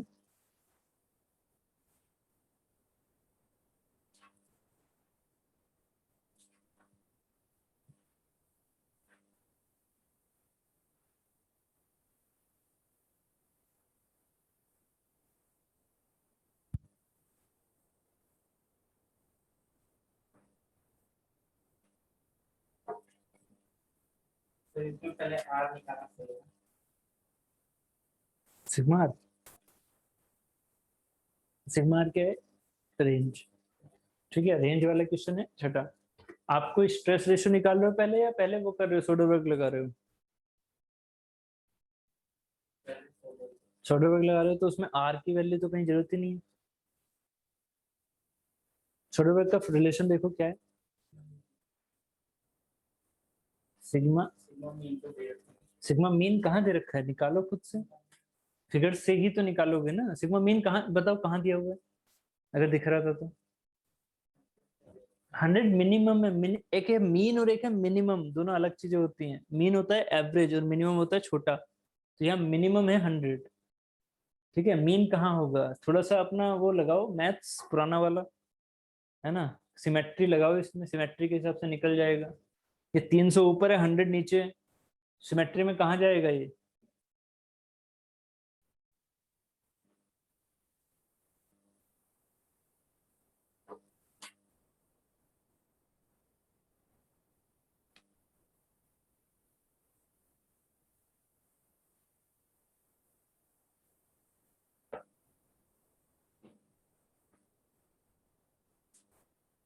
ठीक है, देखो भाई सिग्मा मीन की वैल्यू क्या हो जाएगी, पहले ये देखो।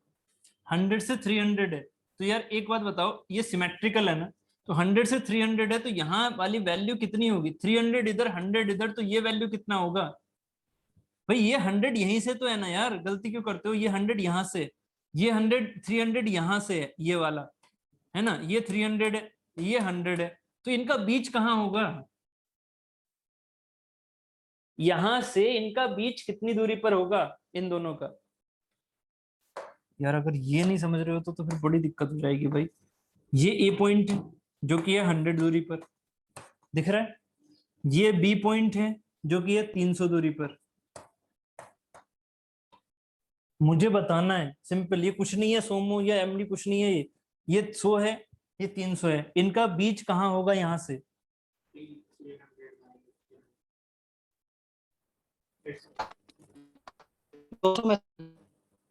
क्या यार, ये छोटी सी चीज को ऐसे कैसे कर सकते हो भाई? इसका बीच कहाँ होगा? ए और बी का मिड कहाँ होगा? इतने से, यहां से इसका इन दोनों का मिड कहाँ होगा, कितनी दूरी पर होगा?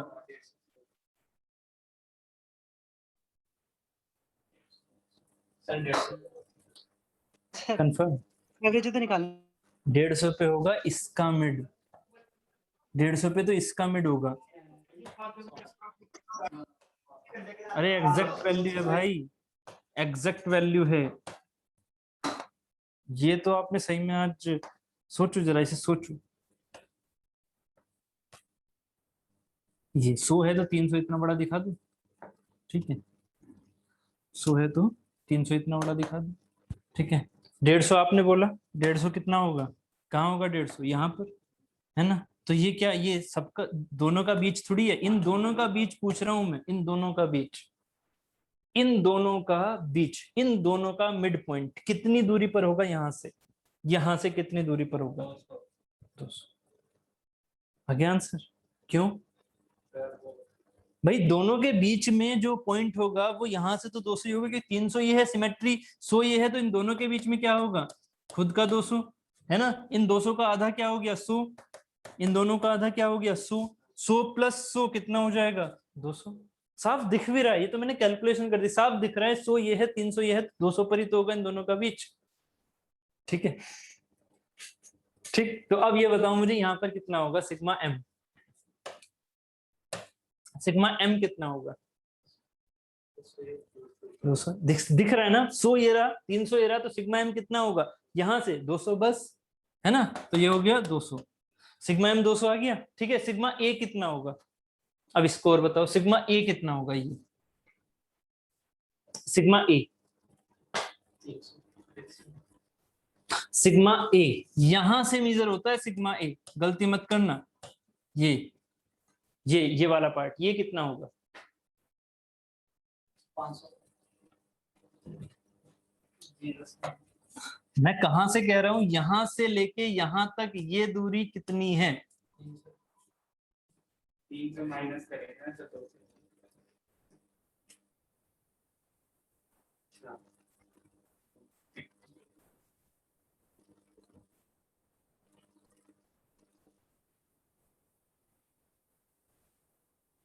कैसे कर सकते हो, कैसे कर सकते हो, सोचो यार।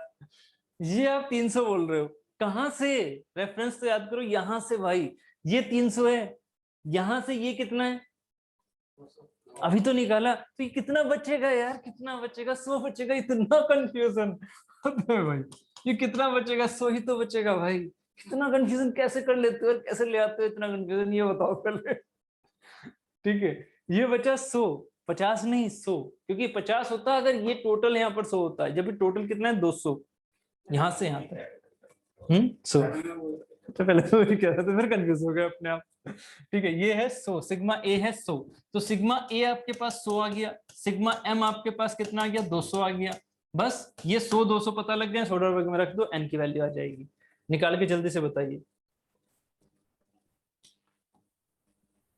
ठीक है, ये क्वेश्चन या तो मैं आपको दे दूं, ठीक है, ये आपको क्वेश्चन दे रहा हूं, इसको अच्छे से समझो और करना, मैंने वैल्यू तो लिखवा दी, फॉर्मूले लिखवा रखे हैं, पुट करना है, आंसर देना है। स्ट्रेस रेशियो का फॉर्मूला क्या होता है sigma min upon sigma max, ठीक है, सिग्मा मिन की वैल्यू पता है, सिग्मा मैक्स की वैल्यू पता है, आंसर निकाल सकते हो। एम्पलीट्यूड रेशियो क्या होता है sigma A upon sigma mean, mean नहीं मीन, तो सिग्मा ए भी पता है सिग्मा मीन भी पता है, आंसर निकाल सकते हो। रेंज ऑफ स्ट्रेस क्या है ये बताओ, सिग्मा ए निकाला है ना आपने, ये रहा सिग्मा ए निकाला है आपने, कहा 300 में से जब 200 घटा दोगे तो यही तो आ जाएगा। अच्छा सिग्मा ई दिया हुआ है, सिग्मा ई दिया हुआ है, एंड्रेंस दिया हुआ है, ये प्रॉपर्टी है, ये दी हुई है, हाँ यील्ड भी दे रखा है एंड, और ये भी दे अल्टीमेट भी दे रखा है। क्या ये नहीं पास्कल में ही रहने देना ना, नहीं तो मेगा पास्कल को न्यूटन और एमएम में लेके चल लो, ऐसे पूरा ऐसे सही रहता है, ये मेगा पास्कल पूरा न्यूटन और एमएम में लेके चलते हैं। हाँ बताइए सर, मैं वो बोल रहा था ना, जो एंडोरेंस स्टैंड है वो सबके लिए सेम होगी क्या, मटेरियल के लिए सेम होगी, मटेरियल के लिए एक मटेरियल से माइल्ड स्टील है ना उसकी, ये सब की सब तीनों चीजें क्या हैं, तीनों चीजें हमारी प्रॉपर्टी कभी मटेरियल के लिए सेम रहेगी, है ना। अगर 350 है इस पर्टिकुलर मटेरियल के लिए तो 350 ही रहेगी सिग्मा ई। ठीक, तो बात क्लियर हो रही है यहाँ पर, ये जो चीज है हमारी, ये सारी चीजें सोडरबर्ग में और इसमें रख दोगे आंसर आ जाएंगे। मुझे एक आंसर और दो, रेंज ऑफ स्ट्रेस, बस रेंज ऑफ स्ट्रेस। अरे अमिताभ जी बात ठीक है आपकी, 200 था, ठीक है मैं इधर ध्यान दे रहा था, ठीक है चलो चलो हाँ बताइए रेंज ऑफ स्ट्रेस क्या होगी, आपने जो आंसर दे दिया सही दे दिया, बट मैं अभी पूछना चाहूंगा रेंज ऑफ स्ट्रेस क्या है, sigma R, range of stress sigma R, ये क्या है सिग्मा आर क्या है, रेंज ऑफ स्ट्रेस, देख रहे हो एरो, देख रहे हो एरो समझ में आते हैं ना, कितनी होगी 200 100 कंफर्म, क्यों, क्योंकि 300 में से 100 घटा दोगे कितना बचेगा 200, ठीक है क्लियर, हाँ ठीक, चलो फिर है ना। तो आज के लिए इतने रखते हैं, इस क्वेश्चन को पूरा कंप्लीट करोगे कल मुझे दिखाओगे, ठीक है, आगे का पार्ट कल कंप्लीट कर लेंगे, चैप्टर कल कंप्लीट हो जाएगा, okay with questions, okay then thank you.